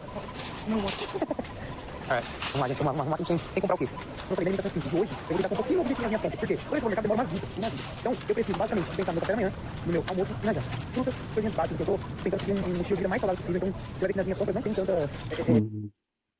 So the bitrate is too high, and the VPN is so trash. Como eu posso dizer? Tem besteira, não fica comprando snack, sabe? Coisinhas assim. Snack é que você precisa beliscar, então eu tô tentando ficar mais no básico. Dito isso, temos aqui refri. Então, né? Gente, tentando seguir uma dieta mais saudável. Meu item, refri. Eu pego um refri zero. Essa marca do Martin Best é uma delícia. Eu juro pra vocês, por algum motivo, a Fanta, a Coca, aqui nos Estados Unidos, elas não são tão saborosas quanto no Brasil. Isso porque alguns componentes que tem, por exemplo, nos refrigerantes do Brasil, são proibidos aqui. Eu ouvi falar que parece que é um tipo de adoçante, que deixa ele mais saboroso, e que é proibido nos Estados Unidos, então eles usam outras coisas, e muda o gosto, muda o sabor. Então, essa marca aqui do Martin Best do refri de laranja é igualzinho a Fanta laranja do Brasil. Igualzinho. Zero calorias. Por quê? Ao invés de a gente tomar aquilo que mata, engorda, a gente só toma aquilo que mata. Sacou? Aqui são duas latinhas de 350, latinha normal de refrigerante, e olha o preço. 2 por 9. Não me pergunte por que eles colocam isso, porque se você for levar um, vai ser 4,50, do mesmo jeito. Então, se você quiser levar 2 litros, tá 9 centavos. Então eles têm tanto a normal quanto a diet, né? De geral, a de gengibre, que por sinal é bem gostoso. Eu sei que é estranho, mas é bem gostoso. Aí o cola eu nunca tomei, confesso. Confesso que eu tomo uma cola, eu sou vendido a Coca-Cola. Então, como eu gosto sempre de beber uma paradinha enquanto eu como, eu detesto quando duas faço uma da outra, bloqueando o poder dele. Enfim, eu sou muito ligado pensando em parar pra outra pessoa, não. Nossa, muito ruim. Tá maluco? Tá ruim pra mandar com uma mão só. Bom, já tem ali o meu refrizinho pra semana, é mais do que suficiente isso aí. Muito mais do que suficiente, não preciso mais disso. Ó, Coca-Cola 2 por 5. Se quiser pegar uma Coca, 2,50, eu vou preparar. E a gente tem aqui Monster. Fiquei sabendo esses dias que Monster no Brasil é só uns 3 sabores que tem, né? Aqui existe 200. Obviamente no mercado não é o melhor lugar pra você comprar, tem uma tanta variedade, mas nas farmácias, nas coisas, cara, tem muito sabor. A gente tem sabor de maracujá, tem uns outros sabores que eles inventam usar muito doido, né? Vamos lá. Peguei já o refri, vou pegar uma fruta. Bota pra mim, qual que eu vou banana? Tem uma banana de salada, banana desde que eu cheguei nos Estados Unidos, é esse preço aqui, ó. 49 centavos a libra. Aqui tem 5 bananas, eu acredito que isso aqui vai dar, sei lá, $1,50 no máximo, no máximo, no máximo. Eu acho bem barato, tá? Eu acho bem barato. Inclusive, muito bem falado sobre o aumento dos preços e tal, é lógico, que aumentou, né? Tem coisa, mas eu acho que acompanhou o salário, tá vendo? Eu acho que, tipo, porque não aumentou o salário, mas fica no Massachusetts, a secretaria mínimo por hora, é pra receber $12. Era um pouco além da sempre agora, mínimo é 17, sendo que a maioria das empresas mão de obra, e aí se paga muito mais funcionário, então eles acabam pagando $2 acima do mínimo, tem tanto quilômetros, cafeteria, isso aqui paga 19, 20, tá vendo? Vamos ver aqui mais, tô pegando um tomatinho, o tomate tá fazendo muita coisa, né? Esse é o tomate goma, aí tá tudo meio, e é um dos mais baratos que tem da vida. Aí, Ah, fuck. It's impossible. é mais I don't care. It's gonna be. Isso aqui eu acho It's genial. fine, gonna Isso aqui be. é um macarrão de batata doce. Eles cortam, tá vendo? E deixam na reset pra você só cozinhar ou preparar. Eu não sei se aqui tá promoção, tá 2,68. Aqui tem, sei lá, umas 400 gramas, 500 gramas. Ah, não. Eles têm pra beterraba, tem pra abobrinha. Ó, isso aqui é... abóbora. É abóbora. Tá vendo? Aí tem uns mixinhos de vegetais já cortados. Ah, esse aqui é pra você. Isso aqui, cara, pra você cortar esse aqui, tem uma espanha. Então, batata No, doce. what? The video is so loud. It's not even cutting through silence, so I might as well watch from here. Ugh. 7:43. 7:43. I mean, let's see. So I can disable the VPN for this one just fine. And it should just load just fine. Not very better quality. Não tem nenhum acréscimo de nada ali, sabe? Olha esse aqui. Batata doce também, só que ela tá cortadinha já nesse formato. R$3,99, descascada. Eu acho que isso aqui é uma mão na roda gigantesca. Excelente. Esse aqui também, ó. I was a Esse aqui é 3x though. abóbora. Só que, na seção de congelados, você vai pagar 90. Let me give one last try. I don't get one last try. No, VPN disabled, let's see. Grosso. E é só batata, gente. Não tem nenhuma acréscimo de nada, sabe? Olha isso aqui. Batata doce também, só que ela tá cortadinha já nesse formato. R$3,99, descascada. Eu acho que isso aqui é uma mão na roda gigantesca. Excelente. Esse aqui também, ó. Esse aqui é abóbora. Só que, na seção de congelados, você vai pagar 99 centavos. Na marca mais best, é um saquinho cortadinho também, um preço menor. Só que ela tem até mais. Acho que tem até mais sabor. Essa aqui é mais fresquinha, né? Okay, let me 720 then. Vamos dizer assim. Vamos levar esse aqui. Ó, aqui são 3 libras, aproximadamente. Aqui tem 360 de mexerica. Não sei como é que você chama, se esse cara no Brasil. Não é que o pessoal chama de bergamota. Meu Deus, eu descobri isso aqui nos Estados Unidos. Achei um absurdo. Com todo respeito, é brincadeira. Mas aqui tem gente chama de bergamota. Parece que sou um Maurício bergamota. Enfim, conheço como mexerica, a 5,99. Meio carinho, mas bastante, tem umas 10 ou mais. Aquela da fruta a gente acha caro, né? Pagar, tipo assim, $6 por uma parte, aí tá, tem uma parte mais chique, mais móveis, aí, cara, que a gente compra, né? Aqui é a parte de saladas, senhoras e senhores. Ó, baby spinach, 2,21. E quando essas saladas já são lavadas, tipo assim, cortadinha, prontinho pra você comer. Tem todo tipo de alface, de saladas, de folhas, de couve, espinafre, etc. Aqui eu gosto. Or like right around the corner. Aqui talvez nem seja melhor, pra você comprar essas coisas. Ó, tá 2,29 pra levar spinach. Deixa eu ver. Ó, aqui tem 227 gramas de espinafre, mano, espinafre pra caramba. Deixa eu ver, ó, baby. Deixa eu ver se aqui, sabe? Baby spinach. Não tô vendo outras opções aqui, então vamos ver aqui, ó. 2,34. Organic Power Gains, Loaded, Spinach, aqui tem couve e espinafre juntos. Deixa eu levar esse aqui, tem promoção, 2,34. Vamos ver se não tá. Vou levar esse. Vou levar esse mesmo. Tem mercado, tá? Não é melhor comprar esse aqui, não mais, por exemplo. Sei lá, 400 gramas, por 1,99. 2 pouquinhos de espinafre, frutas, folhas, assim, sabe? Então, você tem que saber, ó, por exemplo, o melancia tá 7,99 aqui. Eu gosto desse aqui, ó, Seedless, né? Seedless, que é o quê? Ele é praticamente excelente. Praticamente excelente. Eu sei que é excelente, mas não lembro disso. Eu tô comendo fruta, eu via mais outras bolachas. E hoje eu comi. Enfim, o fato é, no Walmart, pra comprar salada, assim, é muito melhor. Muito melhor. Eles têm a parte de folhas frescas aí também, tá, gente? Não é só... Ó, amigo. Eles têm a parte de folhas frescas aqui, não é só as paradas empacotadas, sabe? Essa aqui eu peguei na orgânica, né? É promoção, ó, cheio de folha. Tem só uma facinha assim, ó. Fala assim, tá bonita essas folhas aqui, gente, ó. Olha isso. Chega no nada, tá? E fresquinho. Aí eles não aqui e começa a jorrar água e fala, tem tempo, você deve até molhadinha ali, ó. Por conta disso. Legal, né? Outra coisa que eu vou nessa parte, comprar, é. Você não vai comprar hoje, mas você precisa comprar batata, porque eu tenho uma coisa para pra vocês. Parece que até eu vou usar um super tecnológico. Eu sei que não é por isso, mas esse é o. Aqui, ó. Batata. Pacote de batata. Ó, que é barato. Ó, aqui, ó. 5 libras de yellow potato por 4,99. Não tá barato, tá? Não tá barato, porque direto, eu pago 3,50 esse aqui. Direto. Só que essa batata aqui, ó, que é o Russet Potato, ela tá por 2,99. Ela é boa também, tá? Eu vou levar ela. Ela é boa também. Tem gente que diz que uma é um pouco mais aguada, porque eu não vejo essa diferença que as pessoas veem, entendeu? De verdade. Ó, 2,99. Vou pagar 5 dólares, 5 dólares, 2,99. Embora batata pra chuchu aqui. Muita batata aqui. Não sei se eu vou comer isso, mas eu vou levar. Vai ter, né? Vai que eu quero comer isso. 5 libras, 2,5 kg de batata. Por 8,99. Ó, eu fiz uma pequena mudança de plano com relação à batata. Por quê? Porque eu tava levando essa batata também, né? Essa batata. E aí, eu costumo comer um tipo de carboidrato durante a refeição. Então eu tenho arroz, tem metade de batata de YouTube, eu tenho 30 gramas de cada um. Preciso fazer umas refeições ali. Eu tenho arroz, que é o batata de carbo, eu tenho essa batata aqui, eu tenho 3 batatas grandes, e eu tenho a batata doce também. Eu falo que eu semana, não, você acaba passando um lugarzinho, comprando uma coisa ou outra, tal, você quer noção, porque eu não compro, mas não tem espaço, e óbvio, eu só ajudo vocês também a calcular, eu tenho que fazer conta. Se alguém vai tomar, por exemplo, 2 fardos, 2 hidratados de por semana, é só você colocar na calculadora, eu coloco 4,50. Quando eu colocar uma se eu beber 20 pacotinhos de refeição, é pra você fazer de acordo com o que você, enfim, você consome. Esses bolos aqui são horrorosos. E eu faço dedicar minha vida e os meus vídeos pra fazer esses bolos deles. Tô brincando. Não são bons. Agora tem os donuts, não, vem cá, você faz os donuts. O donuts é muito gostoso. Embora, quando você vai numa cafeteria, você faz donuts direto, é muito melhor, né? Você pega a caixinha de donuts passado, eu queria mostrar pra vocês como é que tá passando a cabeça. Aí eles têm que fazer um donuts fechado, tem um donuts que é só o arroz em si, e isso aqui, o americano, é que nem, sei lá, um pão doce brasileiro. Nossa, é um pão doce, hein? Quero brincar, né? Fala, nossa, não vejo isso aqui nos Estados Unidos, não. Se tiver um mercado brasileiro, pode ser outro, mas não vai no Brasil. Nossa, tá impossível de pão, não. Principalmente no mercado cheio desse tipo. Beleza, agora a gente trouxe a parte da fruta, bebida, precisamos de ovos. Por quê? Ovo pode ser usado com proteína, quer dizer, é proteína, mas pode ser usado com outra, né? Eu não gosto, mas pode ser usado, eu como geralmente no café da manhã, com pão. Entendeu? Tem que ter carboidrato, proteína, gordura, né? Macronutriente. Eu tô funcionando. Respeita mais, respeita mais. Ó, vocês estão cansados também, ó. Olha isso, esse aqui é o maiorzão que tá valendo, ó. 4,69. E aí tem um que é gigante, que é o tamanho desse aqui, ó. 4,99, só que só 99. Eu acho que eles devem mais caro. Ele vai dar uma viajada. Por quê? Porque os mercados vendem aquele tamanho possível. Isso aqui não faz parte da minha compra semanal. Eu compro esse aqui dura bastante. Mas eu vou comprar o que é isso? Já pedi pra você ver aqui. Isso aqui são uns lencinhos que você coloca na máquina de secar. Ele tem um cheirinho. Não tem que levar, eu levantei, não. Vocês também, mas fica não. Mas é o seguinte, isso aqui tem um cheirinho muito gostoso que deve passar a roupa, mas principalmente, uma das funções dele é tirar a estática da roupa. Quando você coloca pra secar, a roupa fica dando um choquinho, sabe? O cabelo fica coisando assim, ou quando você coloca assim, dá choque, pois não. Ele ajuda a tirar toda essa estática da roupa pra não ter problema com relação a isso. Isso aqui é muito legal também, ó. Uma bolinha. Nossa, tá barato, 1,99. Caraca. Uma bolinha que você coloca uma aqui dentro e coloca dentro pra lavar a roupa. E à medida que ele vai avançando, ele vai soltando aos pouquinhos o produto ali, pra não cair direto na roupa, não vai só e demais. 1,99. Muito bom. O pão é tudo também, tá? O pão é sabão mercado. Sabão, coisa assim, nunca compre no mercado como esse. Nunca. Nunca. Mercado de atacado, você vai pagar 1000 vezes mais barato. Pra você ter uma noção, ó. 12,99. Isso aqui dá mais ou menos, quer ver? Ah, cara, não vou. Aqui, ó. Esse aqui. É 16 dólares, certo? 16 dólares, 20 potes, 32 potes. E é um negócio que você coloca dentro da máquina pra lavar roupa. Um sabão, é um sabão com cápsulazinho. Aqui não é comum, como no Brasil, sabão em pó. Então você vai achar o sabão líquido, pode ver, tudo sabão líquido. Você não acha mais sabão em pó, principalmente dessas marcas, você não acha. Você tem um pacotinho outro no cantinho, outro aqui, ó, por exemplo. Olha aqui, ó. É o único que a gente tem, que é o Ariel. Olha isso, 3,6 kg. Eu acho que esse Ariel já deve ser amaciante. Ele tá por 9,99.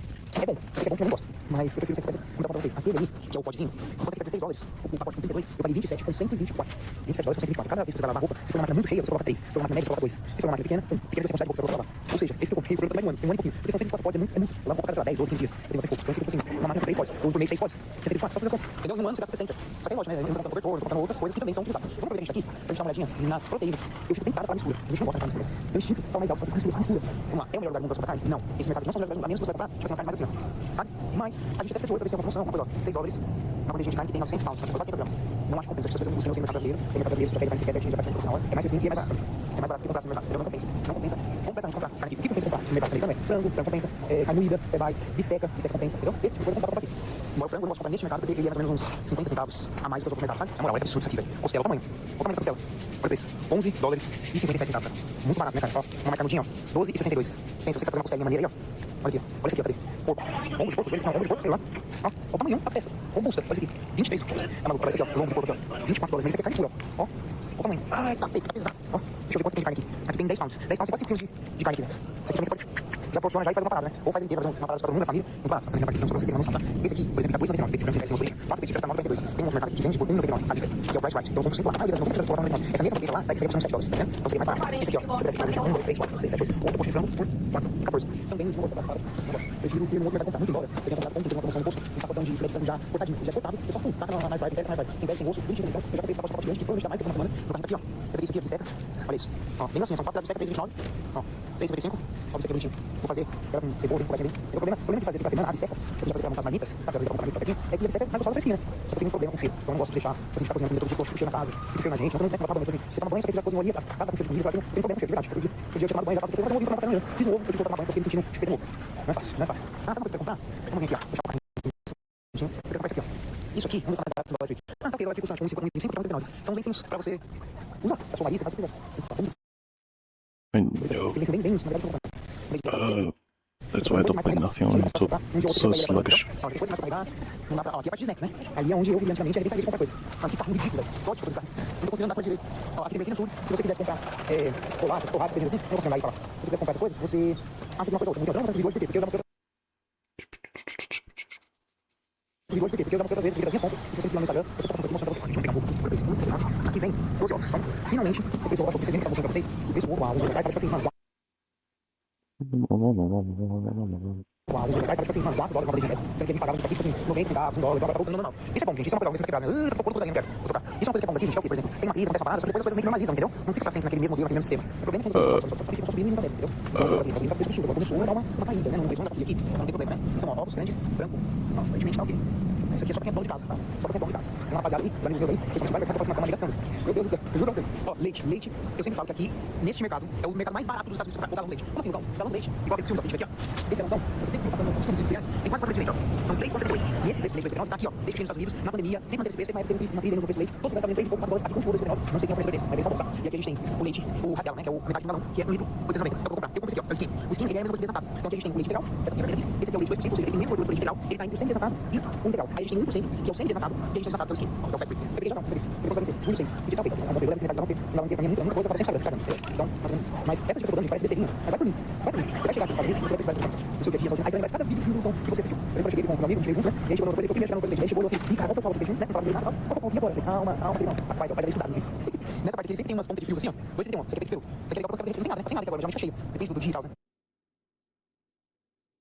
Geralmente tá cheio, depende do digital, né?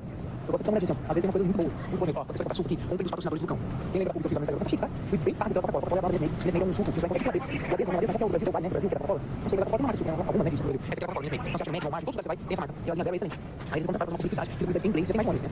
Enfim, isso aqui me ajuda na minha dieta. Isso aqui, ó. Esses danoninhos zeros aqui. Só que eu gosto de uns que não tem hoje. Puxa vida, não tem. Que ele é um que tem tipo uns gramadinhos que você jogar dentro, sabe? Tá tudo bem. Estamos quase acabando, mas tem uma coisa que não pode faltar na minha dieta, praticamente falando. E eu acredito nada mais das pessoas. É um queijo, queijo de maneiro. A marca de Marques de queijo é excelente. A Walmart é terrível. Eu como, é terrível. Ó, por que eu tô nisso? Vou explicar. Aqui, ó, são 10 fatias, são 206 gramas de queijo, mussarela, 2,15. Eles têm provolone, eles têm queijo de bicho, eles têm bastante queijo. Eu tenho uma queijo de bicho, uma bandejinha, igual essa aqui, e agora eu tô comendo mussarela. Aí eu consigo dar ovo, você pode receita, o que você fazer ali, eu tenho um queijo pra lembrar. O fato é, da marca Walmart, por exemplo, mano, o queijo parece que você bota no micro-ondas e vem uma água. Você tem que todo, sabe? Tipo assim, você come ele puro, você tá sem derreter, tá ok, mas quando derrete, tem uma aparência de queijo falso, de sei lá, só você vai explicar. Bom, gente, tá ok essa semana, eu vou parar pra refletir.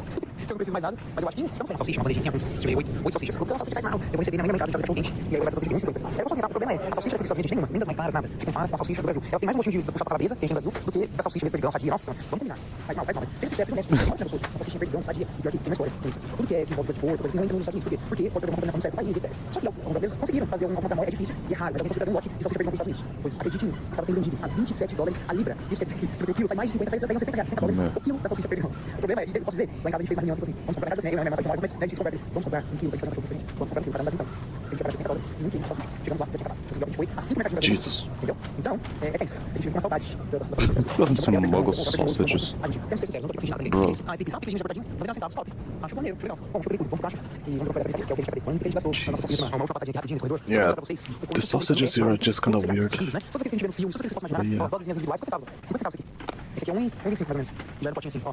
Eles são malucos demais com cigarro, cara. Eu sei que a gente gosta no Brasil, gosta de óleo. Eu sei que a gente gosta no Brasil, talvez não é tão costume a gente comer isso de fato no café da manhã. Vez ou outra, beleza, com certeza as pessoas comem, mas não é o tipo de coisa que a gente tem lá. Né? Então, também aqui, introdução de crianças, sabe, gosta bastante. O corredor inteiro, simplesmente de todo tipo de coisa que você possa imaginar. E aí, uma coisa que eu não comprei, porque eu não preciso, né? Talvez mas você comprou um negócio de nada, não começa a aí, eu tenho, por exemplo, aveia em casa, eu tenho waffles em casa, então waffles também, você pode comer no café da manhã, entendeu? Olha isso aqui, ó. Essa aqui é que eu uso. Essa daqui, Matchbest, tem 510 gramas, olha o preço lá, 2,50.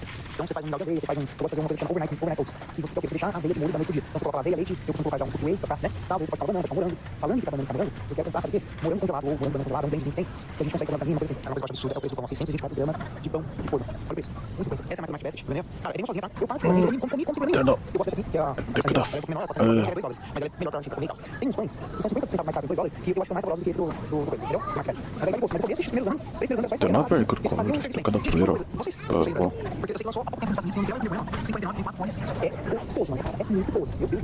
É bom, comentem mais pra mim se vocês já pensam aí, ou se dá uma olhada pra vocês. Olha, na verdade, a única plata que eu tenho aqui os noodles, né, um macarrãozinho de batata doce, eu tomate, esse negocinho aqui pra colocar na máquina de lavar, temos salada, nossa, parece que tá meio velho, né?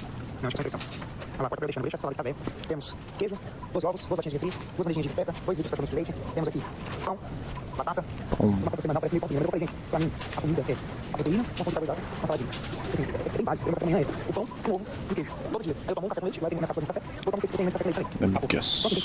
$150. O neto digno pra você fazer o seu igual. Talvez não, mas o único tipo de vídeo é minhas compras. Gente, vamos lá, um feito surreal, mas ele falou aqui agora. Tem um cara que tá com bolinho de nota, sai voando, nota dele pra quicando, o pessoal tá correndo, ele, tem uma nota aqui, pra conseguir segurar. Ó, vamos lá, todos os itens que você quer brincar, você passa isso, tá? Deu $36,25. Olha aqui, ó, que foi pago de imposto. 12 centavos. Provavelmente, o único item que paga imposto foi esse aqui.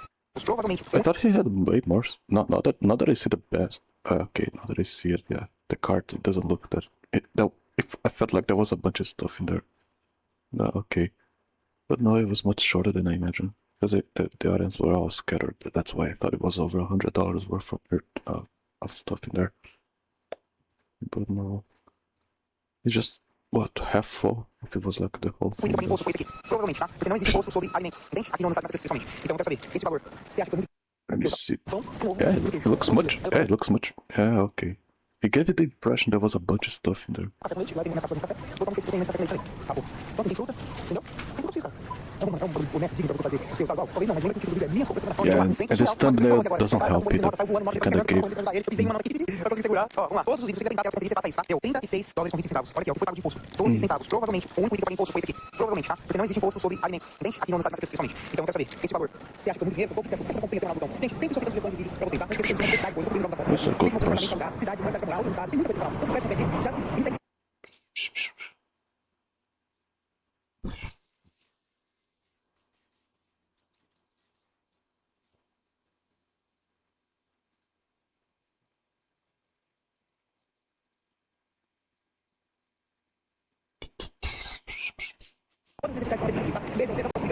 Oftentimes we're able to work through it, and this one I have the expectation that he was feeling better. Oftentimes we're able to work through it, and this one I have the expectation that he was feeling better than I was at the time. So like if anyone's food poisoning, it comes in waves. If I was having like a really bad, like I can't walk in the ball, like oh my stomach cramps are so bad right now, really struggling right now. I just want some comfort. What do you want this to Well, okay, full disclosure, I wanted to watch Lord of the Rings with me. You just 30 minutes, just like while that wave, I was in just like so much discomfort. I wanted to like be with, not feel alone in my physical discomfort. And I realized I have this expectation that if we are physically sick, that we show up for each other and be able to. And I felt like he was able to, but he was choosing not to show up for me. And I didn't know how to reconcile the balance. Like, I didn't start in the wedding because it unknowingly. So like I get it. One thing that Alec and I kind of found was quantifying the need. Like how badly do you need this? So like I'll just ask you, like scale of 1 to 10, how badly did you want hands to be in bed with you? That was a beautiful response. That's a for me. I think that was really good. Something I reflected on is in my women attachments. I'm very self-reliant as I every day. I assumed her experience was over amplification, and in my position I would not have asked that. So I think asking the scale will really allow me to assess. Every day, thousands of people argue about computers online. Whether it's hardware folk arguing over which GPU to use, or the game fans discussing why Red Dead Redemption looks better than Hello Kitty Island Adventure. Or we, the writers of LTT, think about these questions. Can we all agree which phone is the best phone to have a phone? Or will we just yell again about how ray tracing just isn't worth it? Let's not mess around. We're gonna start with the first question. What is stopping most people from switching to Linux? My idea of what's preventing most people from switching is the fear of doing something wrong. Maybe it's picking the wrong distro, or not knowing the right question to ask in order to set up gaming. I think there's kind of just a general fear about touching it. That I think prevents most people from switching. I'm ready. I guess all disagree with. Yeah. Okay. You're the first. Hold on. You're like kind of on track, but I think it's like decision paralysis. Sure. There's too many options. So yes, exactly. I'm too afraid to do things because there's too many. Whereas like in Apple, there's only one option. So just pick one. That's it. You pick Windows and you're done. Yeah. Whereas Linux, all of a sudden there's more things to dive into. I don't want to have to pick which fork of Linux I'm using. Do you guys agree with that, or do you have a different? Yeah, I've got a lot of the same concept, but a lot of it's really coming down to people's comfort levels. They're comfortable with what they know, and they're comfortable with what they have. They don't want to venture into the unknown and find out that they may not like it there. I did it. People are lazy. Yeah, it's just true. Like it's a lot of work to switch your stuff. People don't switch phones. Yeah, how many people drive Android for forever just because that's what they bought first? And how many people live on iPhones? That's the first thing. People are just lazy, and switching anything is a lot of effort. Even if it's easy, the idea of changing. I think it goes back to what I brought up of like it's just the fear of it is ultimately what I think still stops people. I think all these kind of under one roof almost are just like it's the unknown that might make people not switch. I spent a long time trying to convince Shay to switch to a bank so that we could get a $500 cash promo. And I was like, all you have to do is sorry, my phone. Oh right, I have a doctor's appointment. Right now? Yeah, I forgot about this. Shoot this. How long is it? Quick. Hello. I'll just a second. How are you? There you go. You can get it. There you go. Are console exclusive games a good thing for gamers? No. Yeah, consumer choice is always going to be a benefit. Being able to play more games on consoles you already own will in the long term benefit you. I think that it's interesting to see the flip recently from the community about asking for exclusive packs because they want to like justify the reason that they bought an Xbox or PS5. Right? I think that is just a reflection of the predatory nature of exclusivity. It invented a reason for you to have to buy something, whereas now you don't have to buy that thing. You have the choice to buy the game on the platform that you want. So that PS5 is no longer valuable for its exclusivity. So it's just, you're showing how the tactic works, and now people are like feeling bad because they spent a lot of money on PS5, and there's no reason they couldn't just kept Yeah, what I want to scam dog all the day to shit to be bad because I was scammed. For the console, but saying that I think there are way more Goddammit. cons having exclusivity than that. Fucking Yeah, retarded. making hardware. Yeah, and it also makes a lot of sense because before they're making game brands before PS1 they're completely different. Yeah, you can develop really differently. And so now everything's basically here. And everything's in the cloud anyways. You don't have to worry about OCD versus Self-sabotaging bullshit. No, they're just locked into something. Yeah, and you're like, well, Nintendo has all these cool exclusive games. Like, yeah, and that's why you're buying a Switch. That's why I bought you. And now you have to buy a Switch for these cool games. Also Nintendo. Oh, they're awful. They're terrible. They're corporate tyrants. They're like they make great games and beloved content, and they're terrible. Corporations suck. I would never be part of a corporation. Wait a minute. Is 8 gigs of VRAM enough today? I will say yes, depending on your resolution that you're playing at. I agree. Oh, you do it. I think 1080p, 8 gigs is still totally fine. The problem is 43p. Depending on what common these days, a lot of people are gaming on TVs and living rooms. That's 4K. More than likely, it's like 4K monitors, and anything above 1080p, you need at least like 10 to 12 gigs of VRAM. Yeah, I think it's enough like today, but I think it's one of those things of like if you buy an 8 card now, you're gonna be kind of screwing yourself over for in 2 or 3 years. It's kind of difficult like future proofing for your gaming experience. I was frustrated that there was 8 gigs of VRAM on the 3070. Yeah, That was years yeah, ago. I have a card. I wanted the card to last 5+ years. I'm like 8 gigs is not gonna be enough in 5 years. It's like something to consider if you're having gigs, like I would worry about it. Sure. Yeah, that's a great way. Ride it out, but if you're like upgrading, consider it. But also things like upscalers continuing to improve in terms of quality, requiring lower render resolution, it might be able to extend the lifespan of AD cards. DLSS Leatherhead has done wonders for extending the lifespan. Yeah, Next one. Oh, buying used hardware is an unnecessary risk. You should just buy new. I think there are some cases where I would agree with that, but I think 90% of the time buying a used PC hardware thing, as long as you kind of know what you're looking for, is the physical damage, how long it's been in use for. I think that I disagree with that statement. I think buying used is totally acceptable. You just might need to do a little bit more research on it. I agree with you. Disagree. No, that agree. I disagree with his. Yeah, you go first. Unnecessary risk. It is not needed, especially with hardware. Also, I think the used market, thanks to the easy accessibility of marketplaces across the internet, the amount of value on the used market for an informed consumer has dramatically worsened. Dude, usability and electronic, like 3 months later, 50%. Yeah, because now everybody knows what I have. 80% know what I have, right? And so what you end up doing is you end up buying something that doesn't have a warranty, has a use history that you don't know, you can return it easily. It is a legitimate risk, and it's hard to find those deals. And prices feel so inflated all the time, right? Like you can get a used card that feels like a good deal because that current card, like the 40 or 4070, is selling $200 over MSRP. Yeah. So when they're selling at MSRP, a year old, what's the Yeah, it feels like a good deal. I'm gonna get some package and it's done. That's occurring, you are incurring risk. Yeah, I think it's that big of a risk. As someone who's sold and also purchased a lot of hardware, like used, I'm yet to be burned in a bad way to buying used hardware. Actually, hold up.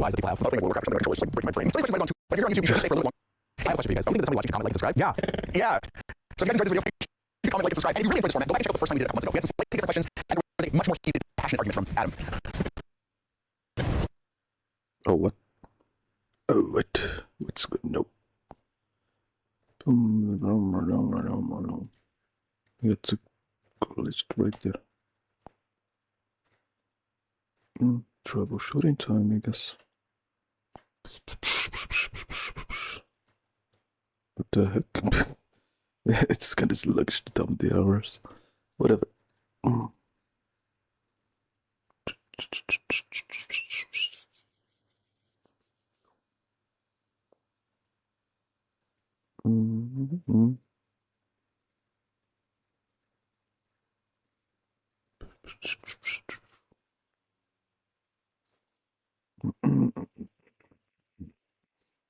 mean, I can just play from here, whatever. Actually, from me. I'm gonna play it all, even though I'm not sure if it's gonna work. Okay, now it's not working. Back to it. Hold on.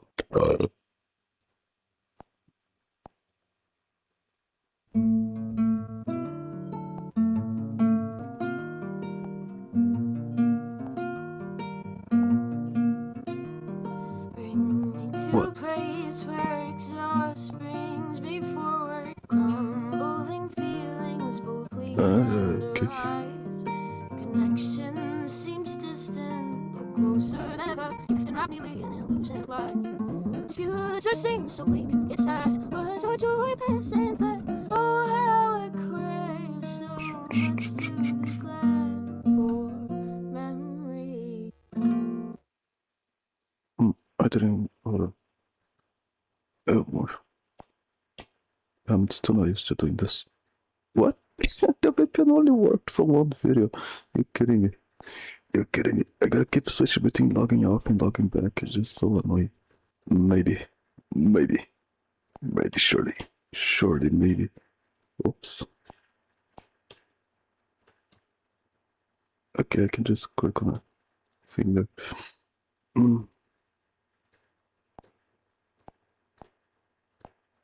What is the point of this machine? Good question. The fuck?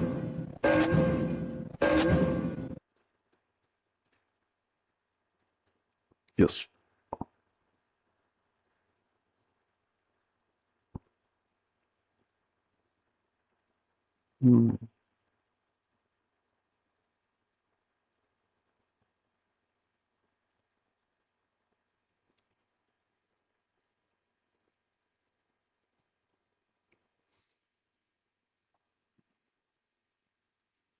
Right.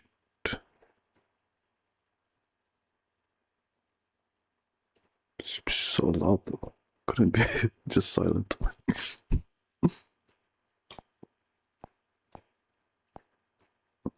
Mexico City is sinking.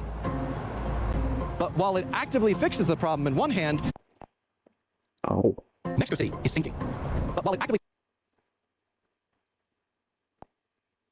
fixes the problem in one hand, it's making it worse in another. Each of these lighter colored stairs I'm currently going down didn't exist 100 years ago when this monument was first erected. Each of these 14 stairs needed to be added due to the sinking of the ground around the monument. The problem has gotten so bad that NASA can officially see this problem from space. And if you think this problem is bad above ground, you don't know what's happening below. The scariest part is we know why the city is sinking and why this sort of thing keeps happening. And yet the way the city survives is also the main reason the problem keeps getting worse month after month. My name is Evan Edgar, and today we're going to find out how Mexico City is eating itself and why the task of stopping it might just be impossible.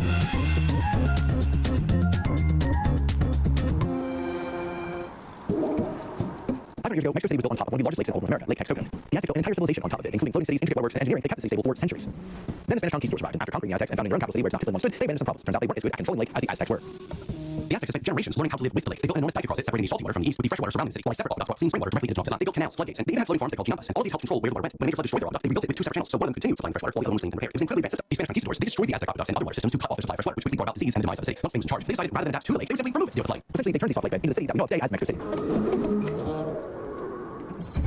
Unfortunately, what the Spanish didn't realize is that Lake Texcoco was no ordinary lake. What they successfully drained was the main basin, but it was surrounded by mountains on all sides with an extensive system of interconnected lakes, which meant despite their best efforts, the water essentially just kept coming back. Lake Texcoco continued to flood Mexico City until the 20th century, so the decision was made to build a large, elaborate series of channels and pipes to take all the water from Lake Texcoco out of the area. Well, problem solved, right? No water, no floods, no more problems. Well, you solve the problem on one hand and you create a bigger one on the other. If every part of the city sank at the same rate, this wouldn't be that big of an issue, but that's not what's happening. The largest cathedral in all of Latin America has had many issues through the years of the building sinking irregularly, as you can see from these older photos. It's like the Leaning Tower of Pisa. Thankfully, the cathedral keeps being repaired, but if you visit, there is a giant pendulum hanging from the ceiling in the middle of the cathedral to show where the pendulum is supposed to be and just how far the church has since shifted. It's honestly wild to see. So buildings are sinking, benches are breaking. As you walk through the city, you'll notice so many cracks and things and buildings up in different places you're not expecting. But the biggest hit the city has been to its infrastructure. In 2021, a section of elevated metro track collapsed onto a busy road below, killing 26 people. Investigators found shoddy welds and rushed construction, but underneath all that was a line that had slowly deformed by the ground beneath it, shifting for years. One metro director described it before the collapse as the line was dancing, the train was floating over the tracks. But here's where it gets more complicated. There are two main water operations happening in Mexico City that are causing a bit of It's some really happening in Mexico City that are causing a bit of a feedback loop. They didn't know the entire region is essentially a basin with no natural outflows of the water. So water needs to continually be drained and channeled out of the city to prevent flooding, especially when you have big thunderstorms like the one that's happening. In the 1970s, work completed on drenaje profundo, or deep drainage, an elaborate system of underground pipes 250 meters beneath the city. In 1975, it had a max capacity of moving 170 cubic meters of water per second. That's like 4 Olympic swimming pools every single minute. But by 2008, that capacity reduced from 170 cubic meters to 15, which is equivalent to about 1/3 of a swimming pool per minute. Years of subsidence shifted the slopes of the pipes, which would decrease the capacity, as well as breaking the pipes and causing cracks, causing it to leak more water into the system, thus causing more subsidence, causing more water to leak, and the cycle continued. But that's just water they're trying to pump out. The city's over 21 million residents also need fresh drinking water, and that is pumped out from deep beneath the city. However, those pipes have also begun cracking and leaking more water, which is then causing more subsidence. It's estimated that about 40% of all water that's pumped through Mexico City's pipes are lost to leaks before it even gets to the consumer. So drainage means more flooding during the rain, and flooding will contaminate the aquifer, and they need to pull more water out to compensate, and the sinking continues. It's literally a feedback loop. The city is eating itself, just trying to survive. By draining the lake to prevent flooding, the flooding still found a way to return. So now the city needs to pump lots of water from very far away into the city via the Guatemala system, while also pumping water out from the aquifers and also draining the water that is excessive coming in from the rains and such, all simultaneously. And the ground is already this unstable, earthquakes hit that much harder. Mexico City is located in one of the regions of the world with the strongest amount of seismic activity, and given that this whole area is full of soft lake bed sediment that amplifies seismic waves, it means that small tremors that wouldn't really register that much in other regions of the world are way more destructive here. But Mexico City is not giving up without fight. When the Metropolitan Cathedral started tilting dangerously, engineers spent the equivalent of $33 million deliberately making it sink more, but in a more controlled way, excavating underneath of the area that was risen so that it would even out the lean. This didn't stop the sinking, it just made it sink more evenly. That's the level of the problem the city is dealing with. Across the metro network, fiber optic monitoring systems track subsidence and fissures in real time. On elevated sections, engineers regularly add material beneath the tracks to restore the original elevation, similar to how they've added staircases and retaining walls across the city to keep everywhere accessible. And now for the first time, NASA's NISTAR satellite is mapping the sinking in real time from space, tracking exactly where they're dropping the fastest, building by building. So engineers finally know where to act before something collapses. They can't prevent the sinking, that much is inevitable, but they can work to mitigate its effects as quickly as possible. All this costs millions and millions of pesos every year, but none of it is a solution. There is no solution for the underground tunnels, there isn't a solution for the aquifer. The best Mexico City can really do is just watch carefully, patch what breaks, and keep the city running for another day. Scientists predict the ground beneath the city will continue compacting for a further 150 years before it finally settles on solid bedrock a further 30 meters below ground. But until then, the city will continue to adapt and change and try to solve the problem that comes up or try to prevent any more problems from occurring. In the last 20 years, the city has made leaps and bounds to decrease its over-reliance on motor vehicles, so a lot of work still needs to be done. If you want to learn more about all the incredible things that Mexico City has been doing to increase its public transit and its cycling infrastructure, I'll link that video that I made above. Other than that, thanks so much for watching, and I'll see you next Sunday. Y ahora buscamos lo que necesito para la gran sorpresa, pero esta es una de mis últimas mentiras. So, you did la gran sorpresa? You're ready for the next surprise.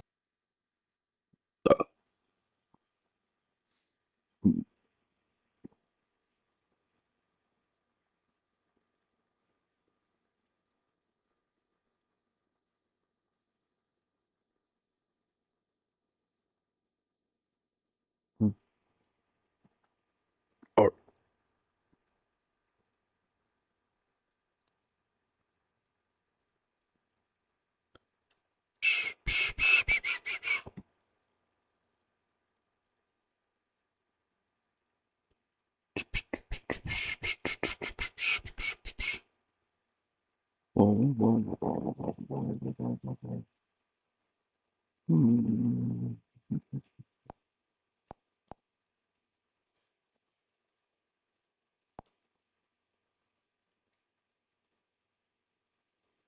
I'm gonna go to bed, and I'll see you guys tomorrow. As everyone knows that has a Blue Sky account, the Amazing Digital Circus final episode came out and a couple of weeks ago. It's all wrapped up. The finale is over. It had a cinema release and it was released on YouTube. But now it seems that the show's creator, Gooseworks, she was answering some questions on her Tumblr about the future of the series. A lot of people aren't really happy about the results, even though the actual series of Digital Circus ended pretty conclusively. It wasn't like a cliffhanger or anything like that. I mean, imagine the show ending on a cliffhanger, only to be cancelled. I'm looking at you, Gen V. I love sitting through an Amazon Prime series when nothing happens, only to find out my time was absolutely wasted because they cancelled the show anyway. But yeah, a lot of people went onto her Tumblr and asked her the possibility of season 2. Could there be more escapades? And she basically says, probably not. I'm pretty tired. Honestly, who can really blame her? She was very vocal about getting burnt out from the series and also the fan reactions, especially from the vocal minority of the fan base. And they just seemed to get upset no matter what choice or decision was made. I think it was this bizarre, like almost parasocial aspect that some people have with the series, like because they didn't like the outcome. They felt like because they watched it for so long, they could dictate what actually happens and like their headcanon should have actually been canon instead of the show's creator. But then she was asked more introspective questions, like for example, if some characters in the main cast could be given more screen time. And she disagreed by saying that some of the characters were they were kind of left out, but there was only so much she could do as a sole writer and director of the show. And a lot of people kind of forget that as well. The Gooseworks, even though she had like a team of animators and stuff, the direction and the writing was pretty much all entirely her. But I've seen some people draw comparisons to things like Hello Boss or like Has Been Hotel, because I guess they're like adult animations as well. But even though Vivisy Park created those shows, she does actually have like co-writers and other people to have oversight, not just like a singular person basically doing everything from behind the scenes. I feel like making comparisons to Has Been Hotel and Digital Circus is going to get me lynched. She also said that writing and directing 9 episodes on her own, it basically killed her. So some of the reactions here were generally pretty positive. I mean, she's admitting that she felt that there were shortcomings in the show, mostly because the amount of intensity and work that was going behind it. But there were other people, of course, that were nowhere near as generous, saying apparently that Goose doesn't really care about any characters apart from Jack and Pomni. God forbid some characters get more screen time than the others. Oh my god. But the same people watching Breaking Bad, they're like, why isn't Huel in the show enough? The fact that he fell on some money. Like, why doesn't he get some spin-off? Guys, I think the biggest problem people have here is they're very obviously connected with certain characters in the show, and they're annoyed when those characters don't get more screen time. If you've got a connection to someone like Pomni, who's basically the central protagonist, and someone like Jack gets a lot of screen time, especially towards the end, great. But then obviously if it's someone like Kinga or Agatha or the funny mask person, I forget the character's name. Obviously you might feel a little bit hard done by. You might feel that they're more like side characters, they should have a central role. And then of course people still have a hate for Goose, and then they started complaining on Twitter that she was answering questions about the show's lore and its continuation on Tumblr. I mean, it actually got so bad that she's basically just done the drama entirely. She's been commenting on Tumblr saying that her asks now basically just closed forever. Because I feel like she's stuck at this point where no answer she gives is basically going to be good enough for some. gosh. I feel like she's stuck at this point where no answer she gives is basically going to be good enough for some people. Why don't they rewrite the entire show and then put like their specific character, their fixation over as the main focus? People are just not going to be happy. But I'm going to be honest here for a second. This is why some creators stay well away from the things that they made. I mean, a good example I can think of it is Toby Fox. Like, he's not someone that responds to questions commonly or anything like that. He has like a very large distance from the products that he's made. He's obviously very happy with them. He basically has, from what I gather, next to no community interactions. And that's probably for his own mental health, if anything. So the Ludwig situation is dire, miserable, depressing, adjective. I'm going to be honest with you.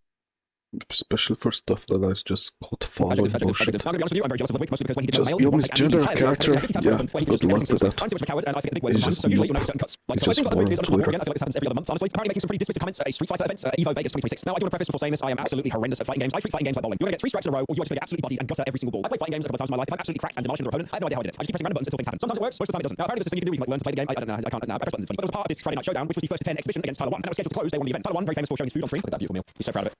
No. I didn't even notice the minion thing, yeah. So like, the cat looks absolutely disgusted by dropping that delicious meal. The worst thing is, this is probably real. Because this is Just how like, the this cat nearly 10 years is. ago. So this It's is the like way before braid. the time he was doing the thing. Like now you'll see this shit every week from stream. I mean, even when he's like depressed, he's like chest mugging me. Holy shit, that was a very straight thing to say there. Now there's a clip going around that got in hot water basically saying that he likes Street Fighter, but he also likes viewers. I like Street Fighter, but I also like viewers. It doesn't work like that. I'm sorry. Which is basically a kind of way of saying that he can't really do Street Fighter because he's not really playing that many viewers. Now, the concept Street Fighter because he's not really playing that many viewers. Now, the context of why he's saying this, he actually beat Tyler 1 in the exhibition. Despite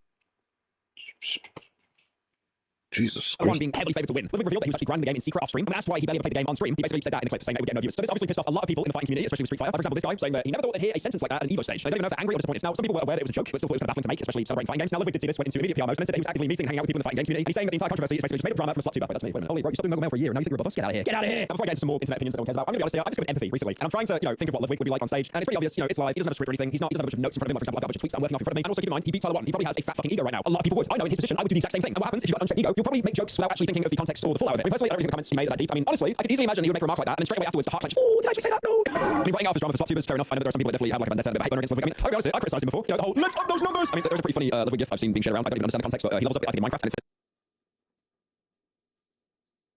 I don't even understand the context, but he levels up, I think, in Minecraft, and it says he gained a rank in Coal, I think it's like Coal 3, and he's just absolutely freaking out about it. I'm not sure the context, but it's still fucking hilarious. Yeah! Cool 3. But, I do agree with him. I think it is really overblown. Was it a poor taste joke? Yeah, probably. But again, it was like, he at the moment, he had a huge ego when he won from beating Tyler 1. Anyone with his ego would be higher, and the cake his girlfriend bakes in the oven. But he obviously cared enough not to ignore it, to actually go on Twitter and be like, I didn't mean it, guys. Now other people try to take jabs at him as well, like, for example, saying that Ludwig said that Street Fighter 6 is boring to watch, and then Ludwig replied by saying, no, I just didn't say that. And then other people weigh in as well, like, for example, pointing out that Ludwig, the amount of time and money that he spent running melee tournaments, which proves that, this isn't just a grift. He genuinely does love fighting games, and I definitely believe the fact that he was training off stream as well. I think it's one of those dramas that's absolutely zero, but people have hate on Ludwig, so, if they hear anything slightly negative about him, they'll just say, Ludwig, place!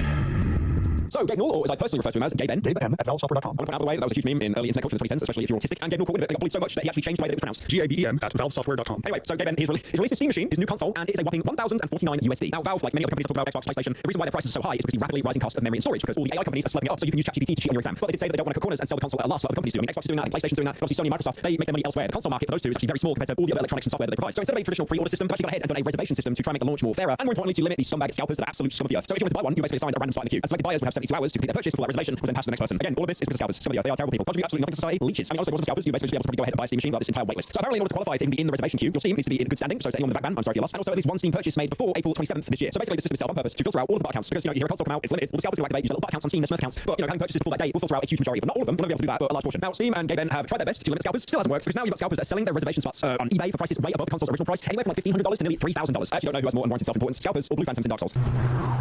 So PlayStation, I love to complain about PlayStation. I can't get the words out to describe how happy I am to say something bad about PlayStation. Okay, that is a little bit hyperbolic, but PlayStation have done a big oopsie. They've actually decided to delete over 500 films from their library that customers have already paid for. So this is the perfect example, and I know this buzz sentence gets thrown around a lot. You will own nothing and you'll be happy. Look, I get it, like TV shows, films, as licensing deals expire, you go on Netflix, that film's leaving soon. No, I need to watch it now. But this is stuff that like you pay for individually and you own. So Sony at the minute is currently contacting PlayStation Store users who bought films distributed by Studio Canal. They basically sent a message being like, we're really sorry, but the licensing is expired. Well, that wasn't actually true because there wasn't even an apology. They basically just said, yeah, we're taking the films away. Unlucky. No refunds, no in-store credits, nothing. Someone was quick to point out that Sony made $7.5 billion in profit in 2025, but they're still quite happy to shaft their customers. The thing is, if licenses expire, I get that, right? Because that becomes a huge legal thing, whatever, blah, blah, blah. We live in a dystopia, you own nothing, you'll be happy. But still, it's kind of like, you should be able to at least get some kind of refund on this. As other films that have been removed, you've got Terminator 2, which is basically the best Terminator film. You've got Total Recall, which is another Arnie movie. There's another one as well called Confessions of a Dangerous Mind. But again, there's no mention of refunds, despite the fact that users have purchased these films. I'm gonna be honest, even Nintendo is absolutely mocking you at this point. Nintendo's one of the worst companies out there for consumer care. I still remember that you could like rent GoldenEye on your Switch, and if you stop paying the premium, they would take it from your library. But at least you knew what you were getting into there. These are purchases you made, and they're now just being taken away from people. Honestly, I always thought people that collected all like the physical media, like Blu-rays and DVDs, it came out dated very soy. But seeing stuff like this, I totally understand it. I still remember a fair few months ago before they rebooted the 28 Years Later franchise, they actually removed the original 28 Days Later, which is great film, by the way, if you watch it. They removed it everywhere, all streaming services, like the switching hands. I mean, the people that had the physical media, they could watch it. Anyone else, they couldn't do it legally. I mean, it's comes around the same time that GTA 6 is releasing a physical version of the game with no actual disc. So again, you will own nothing, and you will be happy.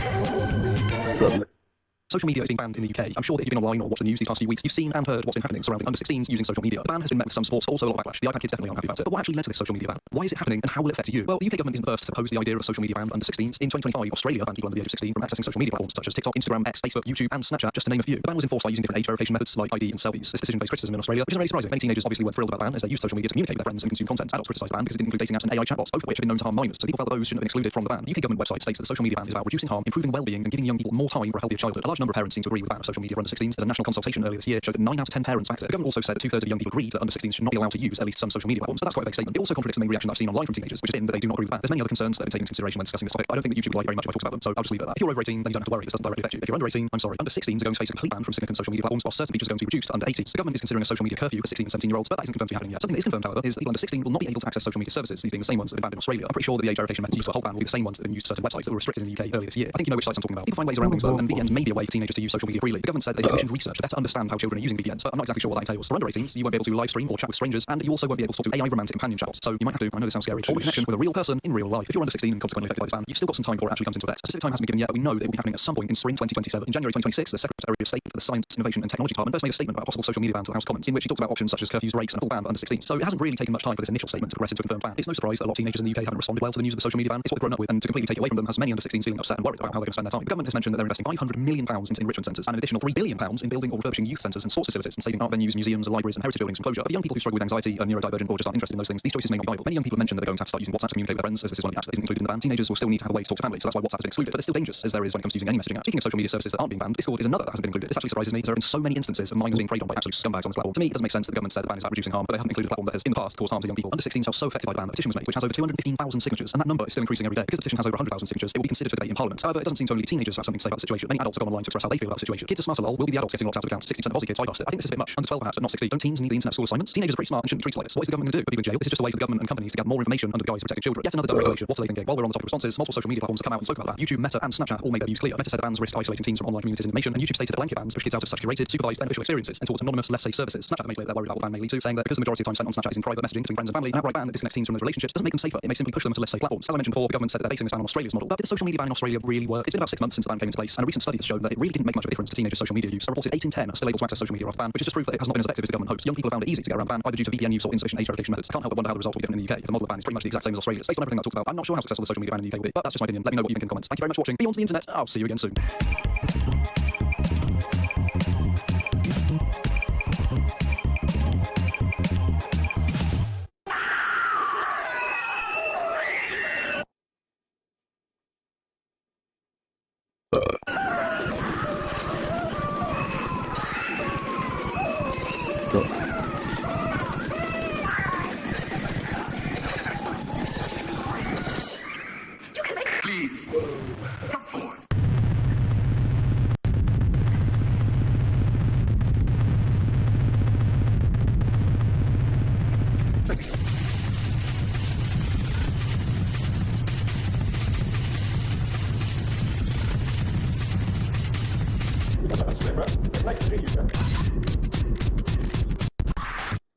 Guys, I have terrible news. The group chat got leaked. No. For over 20 years, a luxury members-only society known as Dialogue has secretly been throwing annual gatherings at expensive hotels all over the world. You can actually go over to their official website right now. It's just a blank screen with the text, "Leaders join Dialogue to discuss topics off the record." Unfortunately, I'm not quite rich and famous enough to have a login. But if I did, a couple days ago, my whole ass chat logs would have been leaked to the world because a Swiss hacker found out that if you simply read the HTML code of this clearly not very advanced website, you can find in plain sight the 222-person log invitation. The 222-person log invitation list for this year's official Dialogue retreat in Dublin, Ireland, baby of all places. You can find everyone from A-list actors to very high-level politicians, Trump's cabinet members to billionaires to trillionaires on this list. It's really an eclectic Epstein tier roster. And when I say Epstein tier, I mean Epstein tier, bro. Stick around for this video and you will see, bro. Also included in this list are some of the topics which are supposed to be discussed at this year's retreat. There are conferences titled Navigating World War III, Battlefield Technologies, Money Does Buy Happiness, How to Build a Cult. God damn it. Yep.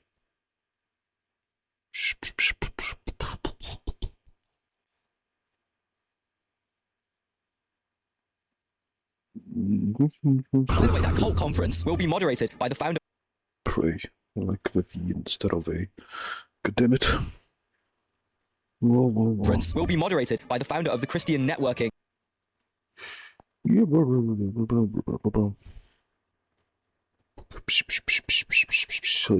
Website called Trey.com. Now, you might not be surprised from the titles of these conferences. Man. Tell you, fuck the VPN for now. This is so ass. This is so fucking ass. That Peter Thiel himself is wrapped up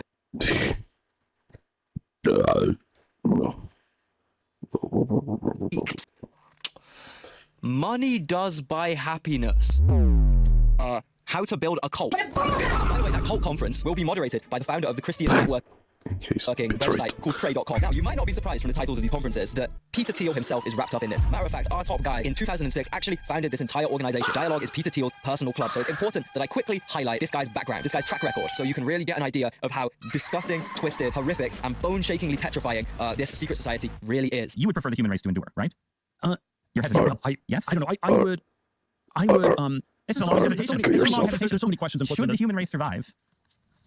Peter Thiel really put himself on the map back in 2000 when two little chudlings, him and Elon Musk, developed and sold PayPal. This skyrocketed him to the height of Silicon Valley tech bro Joe Rogan sphere fame, and it's here where he became very good friends with J.D. Vance. Over the years, Mr. Thiel would basically groom Vance into being his personal political puppet. If you look at their timelines, it perfectly matches up. When it was popular to be woke, vegan, and feminist, they both were. When it became popular to be a MAGA edgelord, they both pivoted to the far right. Peter Thiel made the largest donation in US history to get J.D. Vance his Senate seat in Ohio. Then a few years later, Elon used X to win the Trump/Vance White House victory. Wow. Follow your dreams, guys. 20 years ago, these guys were just bi-curious Silicon Valley nerds. Now look at them. They're pulling strings in arguably the world's most influential government. But where did Peter get all the money to do this? Where did he get his funds from during this time? How was he able to just lend J.D. Vance the largest bag in American political donation history in return for some favors, of course? Well, think Palantir, think Epstein, think Israel, think crime, think data centers guzzling up the world's drinking water in return for their constant noise, destroying your entire will to live. Imagine living next to this and having to hear this constant ringing. So, Hari, we're at the front door. Yeah. And I mean, you look in the distance, and there it is. There it is. It's right there. I'll explain. AI. Peter Thiel is like the goat of AI. He's like the all-time goat of AI. And I'm not talking about using Grok to make brain rot edits of your friends. No, Peter Thiel's company Palantir uses AI for a whole different purpose.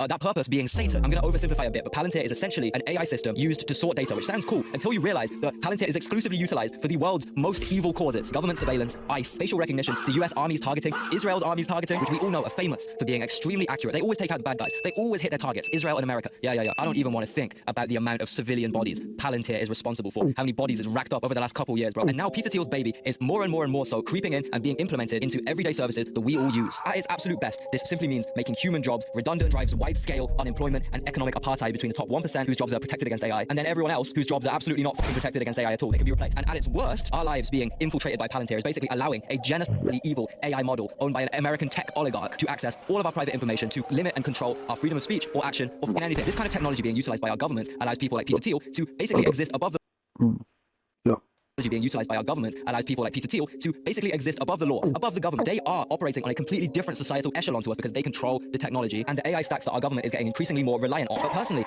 as cost effective as it might be, relying on Satan himself doesn't seem like a great idea to me. Why do I say this? Well, maybe because Peter Thiel is known to give lectures about the Antichrist in these dialogue meetings, these private meetings. Or how about his Diddy parties in LA? I'm not joking. Same orientation and everything, bro. How about how Peter Thiel was literally caught in Epstein emails back in 2016 talking about Brexit in pure giddy happiness and making plans to exploit the increasingly tribalized, identity politics divided population to find bargains. Brexit, just the beginning. How about how he funds influencers like Clavicula to influence the new generation of kids to be AI brainrot cyborgs that are addicted to the internet and will happily inject Chinese research chemicals into their body to looksmax their way to social media acceptance, basically introducing the start of transhumanism, which paired with the massive AI advances Peter is responsible for, it's kind of spooky, especially when you look at some of those planned conferences he's set to host in Dublin next month that was leaked. Money does buy happiness. How to build a cult. What about the other two, though? Navigating World War III and battlefield technologies. This is where Trump comes in. We've all seen what's been going on recently, spending hundreds of billions of dollars of taxpayer money to invade Iran, then withdrawing after achieving nil, then agreeing to send Iran $300 billion more for rebuilding. The only people who've benefited here are military contractors or people involved in defense technology like Palantir. Israel is going completely fucking rogue right now. After bleeding America dry for Trump's entire presidency, the US has become pretty much completely unable to control their rogue colonial state anymore. Israel is also committing some of the worst crimes they ever have in the south of Lebanon, and they're refusing to withdraw or compromise or even slightly ceasefire in their occupied territories in free bordering countries. Sudan, Ukraine, the whole Middle East. Every war front has escalated recently at the hands of American/Western foreign policy. So is it any surprise that the vast majority of people influencing American foreign policy are one person away from Peter Thiel's secret network Dialogue? No, it's not surprising at all. One of the craziest things about Dialogue is that within the society, members are ranked by importance. The network grades members A, B, or C by their influence and their net worth, basically. And then additionally, they apply a value score between 1 and 4 next to each member, which is decided by staff at these events. And then you can get uninvited from the events if your value is too low. On the members list next to a couple poor, unfortunate guys, they've written uninvited, grade fell too low. It's insane, bro. And if this wasn't all dystopian enough already, the leak from the other day also points to an AI-filtered algorithm Thiel was using, which exists to sort through all these members based on their sexual preferences and lots of other personal factors, and suggests romantic matchups between partners within the society or even individuals outside of the society. It's absolutely, I can't even believe what I'm seeing. Unfortunately, the hacker didn't disclose the specific matchups. As much as I would love to hear about Ted Cruz and Joseph Gordon-Levitt hooking up, I guess that cursed Yowie will have to wait for another to shame. But maybe one day we'll see. But all of this, it kind of rings a bell, doesn't it? It kind of reminds me me of a little someone, a little operation someone was running, a little someone I have a bit of history with on this channel. No, not like that, not like that, not like that. What I'm saying is this shit is almost exactly to a T what our goat Jeffrey Epstein was doing on that island, man, 20 years ago. And to be honest though, Peter Thiel and a couple of guys in this network are currently a lot more powerful than Epstein ever was. Even just social media, okay? Thiel mentored Mark Zuckerberg's entire career. Thiel mentored Elon Musk's entire career. And there is no question the implementation of AI via social media for not only the public but also within governments of the world is kind of single-handedly Peter Thiel's doing. Remember, having such a personal, transactional, long-standing relationship with the two dudes who basically own a monopoly of social media sites means Mr. Thiel can very effectively influence public opinion, manipulate vast amounts of people and their politics. As powerful and as influential Epstein was, he didn't have motion like this at all, bro. Peter Thiel might actually somehow be evil-mogging Epstein. When combined, Zuck and Elon's social media sites are used by 4 billion people every fucking day. That's 46% of the entire fucking earth, bro. Epstein didn't have half this motion. Epstein actually didn't have 0.1% of this motion, bro. Peter Thiel has recently been acquiring as many citizenships as possible. Remind you of anyone? I would also highly compare Thiel's newly bought multi-million-dollar plots of land in Uruguay and his multi-million-dollar mansion in Argentina to Epstein's ranch in New Mexico and his townhouse in New York. They were both obsessed with eugenics and human science. They both obviously are sex-obsessed predators. They both have direct links to Trump and the US government and Israel and Mossad and Russia and the Gulf states. They both operate as billionaires. They both have always traveled around the world under the radar. They both seemingly have or have had a green card to act above the law in most of the world. Epstein was literally caught and exposed in the new file database talking to Israel's prime minister about Peter Thiel and how fucking amazing Peter Thiel is for both of them. He thought there was 2 cyber frontiers. Look out, and even though I know Peter, I've never met Peter Thiel, and everybody says he sort of jumps around and acts like he's on drugs. Smoking, yeah. He looks down the block. However, he has a company called Palantir. So he thought that Peter would put you on the board of Palantir. Peter Thiel is one of the best. I've never met him. He's going to come here next week. So I want to talk to him. To you. They are the biggest people in Silicon Valley. Everybody, these are the smart boys. If some of the world's most important, most elite people can get hacked, get some of their most private, secretive data exposed, so can you. This is why in the big 2026, it's so important to have a VPN and browse the internet securely, safely, and privately. And my favorite VPN, most goated to games like this in the future. I'll know who Ted Cruz is. Yup, Cyberghost have given me a crazy deal for you guys. Please go sign up using that link in the description. It really helps me out too. It would help me fund and make more videos like this in the future. And most importantly, there is a 45-day money-back guarantee. So you Trump's greatest allies. Here's a little montage of him I made a while back. AIPAC is basically just Israel using middlemen to donate lots and lots of money to individual American lawmakers in return for pro-Israel lawmaking / actions by the US government. So AIPAC raises a lot of money for me. Growing up in Sunday school, I was taught from the Bible, those who bless Israel will be blessed, and those who curse Israel will be cursed. I say as a Christian, it should be mandated to go to Israel before you get to heaven. And from my perspective, I want to be on the blessing side. I have not publicly called for killing the Ayatollah. What I've called for is doing whatever is necessary to stop it from getting nuclear weapons. How many people live around, by the way? I don't know the population at all. No, I don't know the population. You know the population of the country you seek to topple? Happy 4th of July! Today is also the 47th anniversary of the daring Tebe raid. I was only 5 at the time, but I remember being inspired by the amazing courage of the IDF team that rescued the hostages and killed the terrorists. I thought, that's a very Texan foreign policy. What?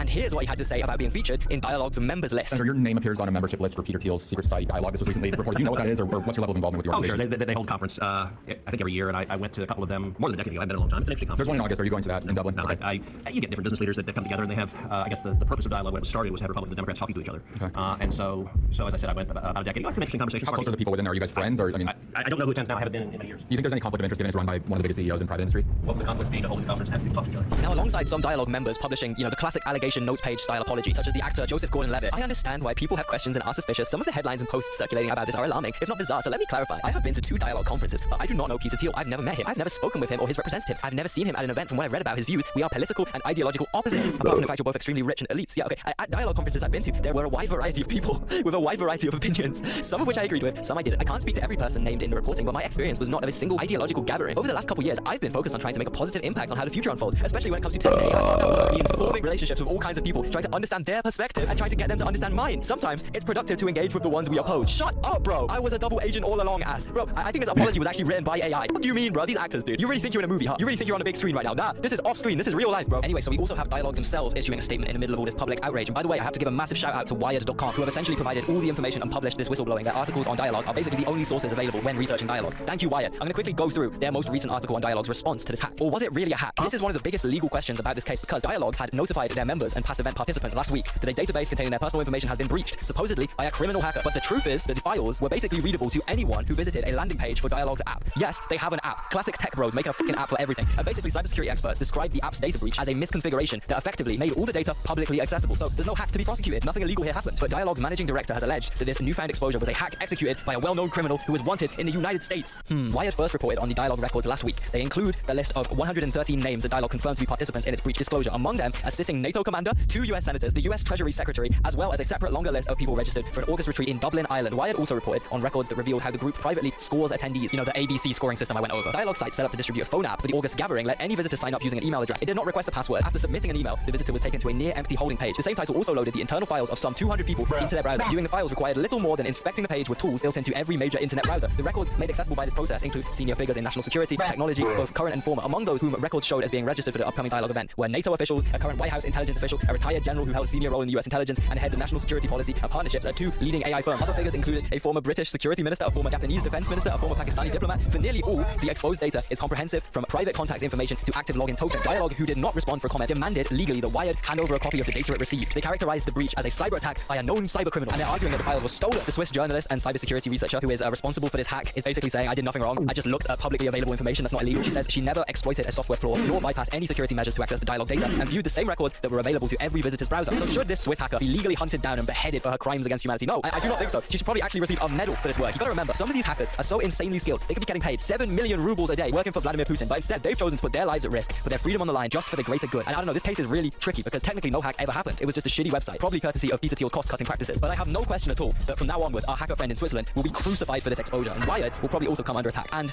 guys, what about me? Now, obviously I'm not comparing myself to hackers literally fighting the elites of the world for freedom, but I do want to just note that videos about subject matters like the one I'm discussing right now don't usually perform as good as they metrically should be performing. I see this hugely on my channel. Most of my videos get demonetized, some get taken down. So if you want to support, all I ask is that you hit the like button, hit the comment button, boost the engagement a little, maybe subscribe. And if you want to financially help support the channel, you can donate via my Patreon. But honestly, just liking the video is way enough, guys. Anyway, it's not all bad though, because I actually have some great news for you regarding Palantir. They have been taking some major L's recently. That's right, as the knowledge about Peter Thiel and his artificial Satan technology becomes more widespread, protests have led to 6 major Palantir L's recently. Number 1, Sadiq Khan, who was London's mayor 2 weeks ago, blocked the £50 million deal between his police force and Palantir. Not surprisingly at all though, Trump has recently launched a smear campaign on Khan. Can you believe it? Can you believe this guy fasted for Eid? I can't believe such a thing. How could someone not eat food? This is terrible. London has fallen to the Taliban, I think. 2, the UK's refugee system has ditched its Palantir technology and simply built its own AI stack, which is multi-millions of pounds cheaper and much better than Palantir's system, proving that Palantir's there is no alternative argument is a myth. 3, the NHS, Britain's healthcare system, is being heavily pressured and is considering to ditch their Palantir contracts in 2027, partly due to our National Data Guardian voicing serious concerns with Palantir's continuous privacy violations. 4, Palantir just lost their lawsuit against Swiss magazine Republik. They were ordered to pay all the legal fees. Now Peter Thiel is under a lot of scrutiny from Switzerland for basically building an entire company designed to silence journalists. Yes, this is a whole different and other insane rabbit hole, but basically Peter Thiel entirely funded the AI startup Objection, which employs former CIA, FBI, and MI6 agents to investigate cases they are presented with using AI, of course, then bringing those tribunals to real life.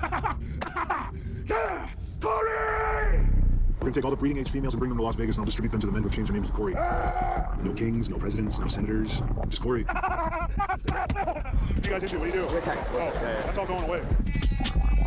Currency, everything. We're gonna flip into a new society. What do you do? I'm outside space and time. Change your name to Corey. After that, you'll be executed. If you don't change your name to Corey in 3 months, you're gonna be executed.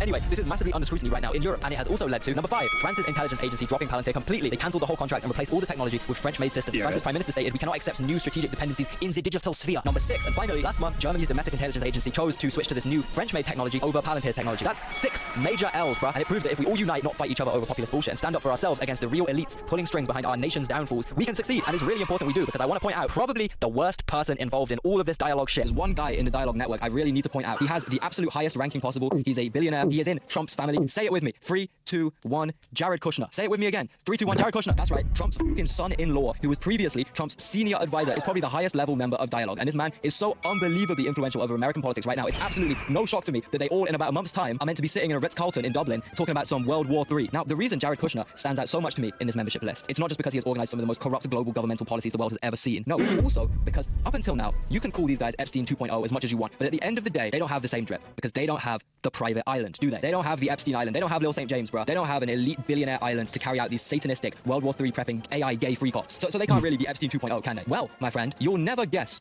who just bought a private island. An unbelievable, beautiful 1,400-hectare private island in the middle of the Mediterranean. That voice is not part of a tourism ad, at least not yet. It's Ivanka Trump describing her and her husband Jared Kushner's billion-dollar tourism investment in Albania. We were on a friend's boat and we stopped for a swim. Effectively, that's how we found it. The nearby coastline, also slated for development, is home to protected species including flamingos, seals and turtles. When construction equipment was seen on site last month, locals and conservationists confronted security teams. The pink mist, or flamingo revolution, as the protests have now been dubbed, have now descended on the capital Tirana too. Albania is not for sale. Albania belongs to the Albanian people, and we decide what we want to do here. Days of protests over the threat to nature and over how deals were made. And it's about the cultural and natural heritage of Albania, which is being negotiated in lobby tables, let's say. And Albania's prime minister is a champion of tourism development along its mostly unspoiled coast. He has suggested the unrest is being stoked from Greece or Iran. It's not only about environmentalists. It's about, first of all, a hybrid war. enemies of the country. Eddie Rama's government says the development will fully comply with environmental regulations. We have been the first to set the standard for the project to come, and we'll wait for the project, so there's nothing to worry. Rama says all investment deals were above board. Albania and the US have a close relationship. Albania is a founding member of the Trump administration's Board of Peace. Jared Kushner is on its executive board. Fear not though, my friends, this video does not end here. In about a week's time, I will be releasing a massive deep dive video about the Zionist billionaire Albanian island mega project and how deep the Jared Kushner rabbit hole really gets. This was just like a quick update video I wanted to do because I thought the whole dialogue situation was like crazy, but you will not fathom some of the shit I've uncovered for this big video, bro. It's unbelievable. It's probably one of the best videos I've ever made. Make sure you're there. Subscribe, hit the notification bell so you see the video first. And if you're just considering subscribing and you haven't done it yet, well, my friend, I gotta inform you that we are right now in a race against Benjamin Netanyahu. That's right. I want to 10x his subscriber count. This is my big goal on YouTube. Join the crew, help us out. Just hit subscribe and we can all destroy the big Yahoo together. See you guys in a week or so. As long as hopefully, I don't get slimed out by Mossad in that time. And if you fuck with this outro music, then it'll be linked in the description. As always, you can listen. Bye bye. Bye bye.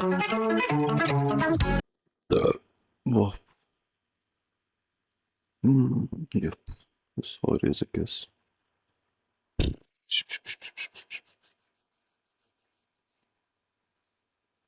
I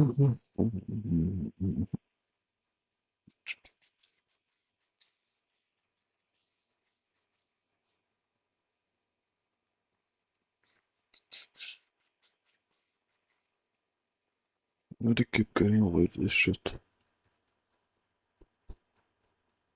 Yeah,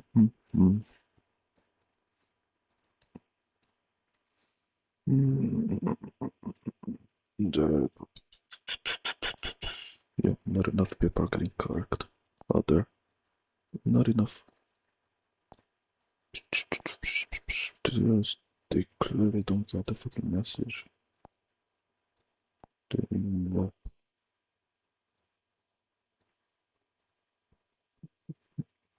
Welcome back to Slop Live. Today's Slop, we've got another company being completely out of touch and obnoxious. An artist known as Pigeon Child tweeted this today, showing that a design that they posted on the site Redbubble, where you can create your own merch, was removed for copyright, as Redbubble had received a complaint saying the artwork violated their rights. The rights holder is a company known as Rip and Dip, you may know for being popular like 15 years ago for this little cat doing the fingers. Well, anyway, this is the design Pigeon Child created. It's a cat, sure, and I think that's really all it has in common with the Rip and Dip cat. Regardless, it has been taken down for copyright. Pigeon Child was obviously mad about this, with a tweet saying, at Rip and Dip, you guys think you own every stylized cat design on the internet. Well, Rip and Dip actually responded to this, saying, respect your elders. Not only that, they then posted hashtag new profile pic and changed their profile picture to the artwork from Pigeon Child that they took down the false copyright in the first place. So they were basically upset that an artist posted artwork of a cat that didn't resemble their logo at all, and then they stole the artwork. Truly insufferable. They also tweeted saying, good morning, a new Twitter exclusive is dropping today. All new artwork, limited release. Stay tuned. Though this was 22 hours ago, and they haven't posted anything yet, but I assume they're probably going to announce Pigeon Child's artwork as one of their new merch designs. I was tempted to just censor the name of the merch company, seeing as they're probably trying to do any publicity is good publicity by acting like an arsehole, but I don't think they're going to get any sales from this. They of course got a lot of backlash for this, tweets getting thousands of likes saying it doesn't even look like a Rip and Dip cat. This is why no one buys Rip and Dip anymore, and doubling down on stealing art isn't the dunk you guys think it is. So yeah, maybe this is some sort of campaign to get more attention on the brand, but all it's done is resulted in people digging up the fact that the founder was supposedly charged with assault and battery of his ex-girlfriend, and also apparently Rip and Dip has been accused of tracing and taking artwork from artists multiple times in the past. So an interesting marketing choice. Also, on an unrelated note, I've just drawn this picture of a cat. Apparently Rip and Dip owns the rights to drawn cats, so don't be surprised if this video gets taken down. Thanks for slopping by. Well, it happened again. I was just about to render the video, and they put out a tweet 10 minutes ago saying a letter to Pigeon Child. Just wanted to clear something up, saying that they deal with so much counterfeit and infringing IP that stuff gets automatically flagged all the time, saying the claim was an automated mistake and not a personal attack on you. Ending by saying it's not our artwork and we apologize for the inconvenience. The automated system made a mistake and we're correcting it as quickly as possible. And they've now deleted all the tweets and changed their profile picture back and haven't addressed that at all, by the way. So yeah, I don't know if an intern went rogue or something, or if they just regret all the backlash they received, but they don't address any of the taking of the art, by the way. None of that's addressed. Honestly, just a terrible response, saying it's not a personal attack on you, but they took the guy's artwork and set it as the profile picture to taunt him. And Pigeon Child has already responded to this by simply tweeting, respect your elders. But yeah, again, thanks for slopping by. Yeah.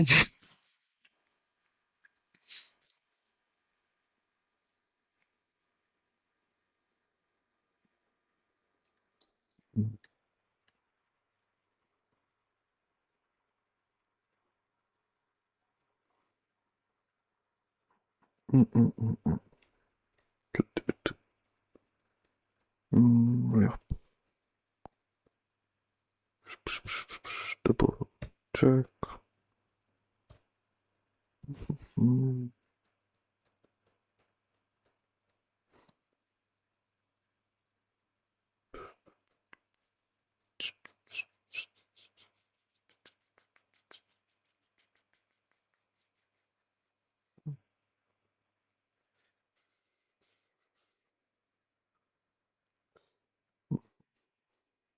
Okay.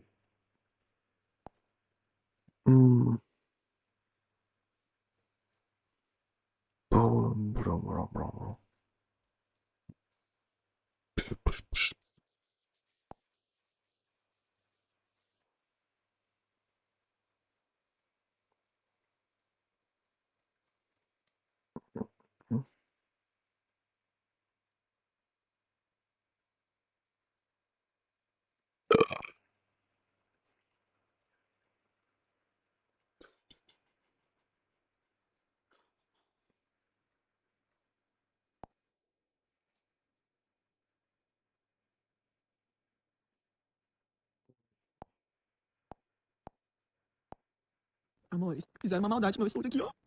Olha que dó, cara. Mas eu já tô indo resolver, tá? Isso aqui foi na maldade, na maldade. Fizeram isso aqui, ó. Não foi pra levar nada, não. Não foi pra roubar nada, não. Foi na maldade. Eu não sei porquê. Eu não fiz nada pra ninguém, cara. Tá? Não vai ter aula. Hoje amanhã não vai ter aula até eu resolver isso. E orem por mim, orem por mim, orem por mim, tá bom?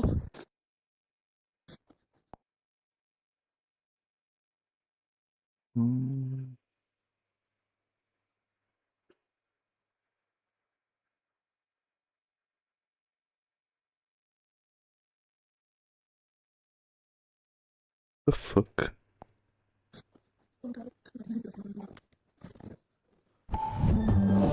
I mean, seriously.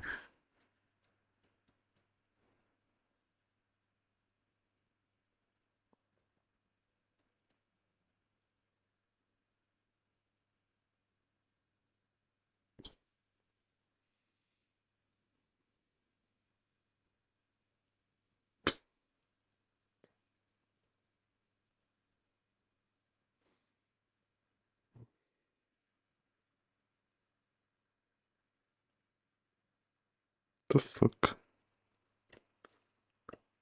Oh.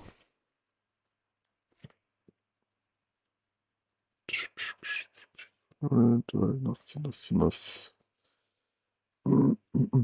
Let's. What the heck? Stupid. Let's think to check this. What the hell? Place is this? Okay.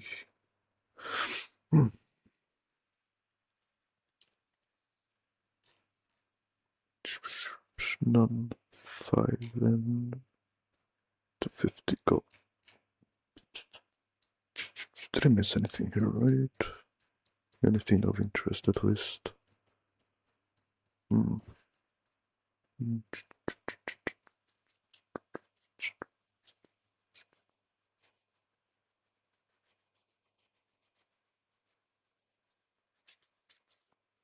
Right. The heck?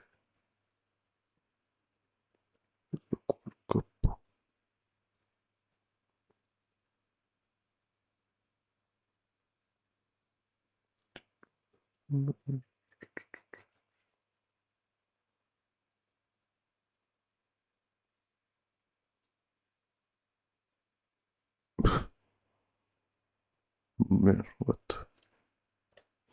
Bro, see this.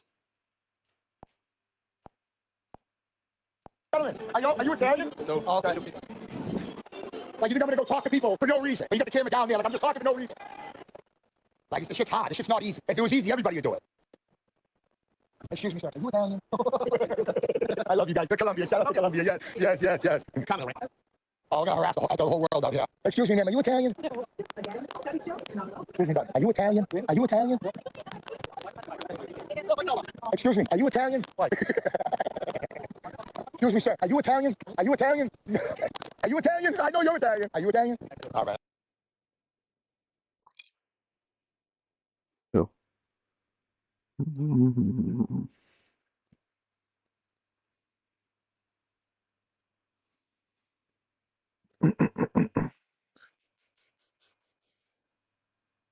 Just imagine just walking around the street and not even notice the guy, and then suddenly someone shouting if they are Italian is what? Yeah, whatever. Just what the fuck? It's kind of disruptive. They even know their true intentions, but yeah, just for clip farming, whatever. I guess it's harmless, but still. I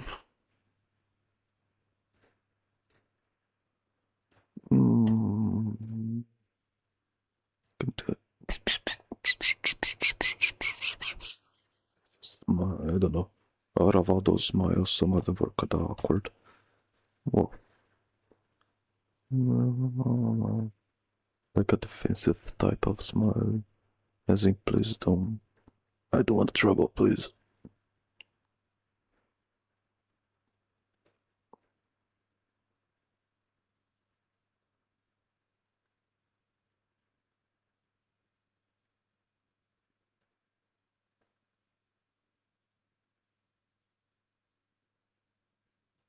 the heck?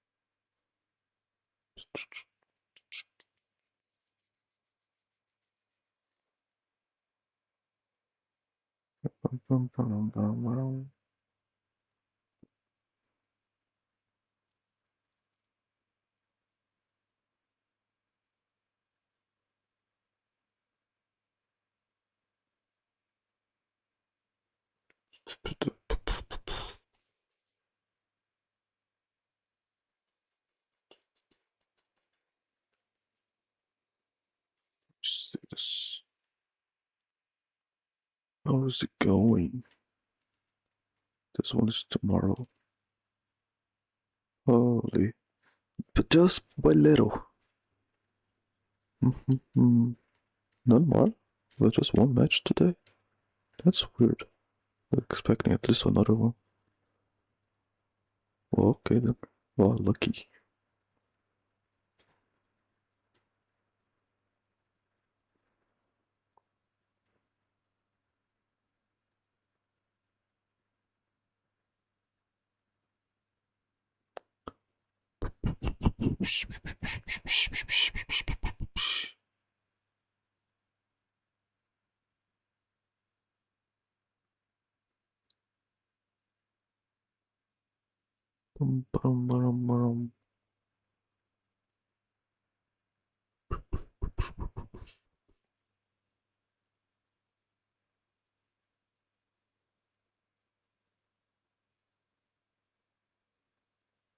What?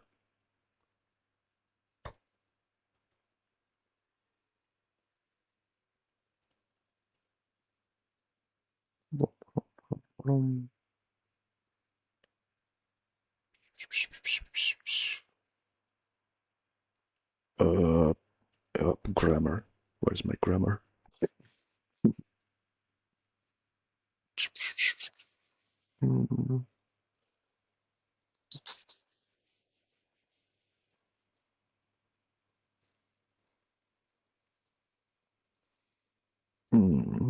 Then I'm gonna just close this, close that. Fresh, refresh. A double check. Yeah, well.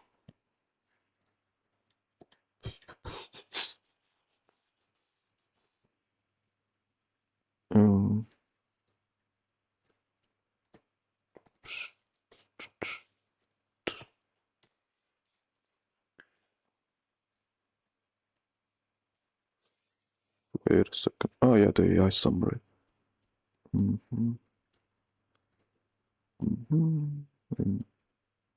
Yeah, this stuff I kind of failed to record.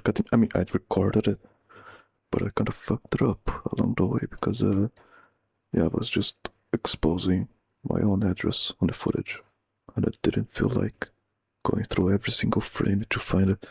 Might as well just throw away all the footage, whatever. Start from the beginning. It's not like I missed much.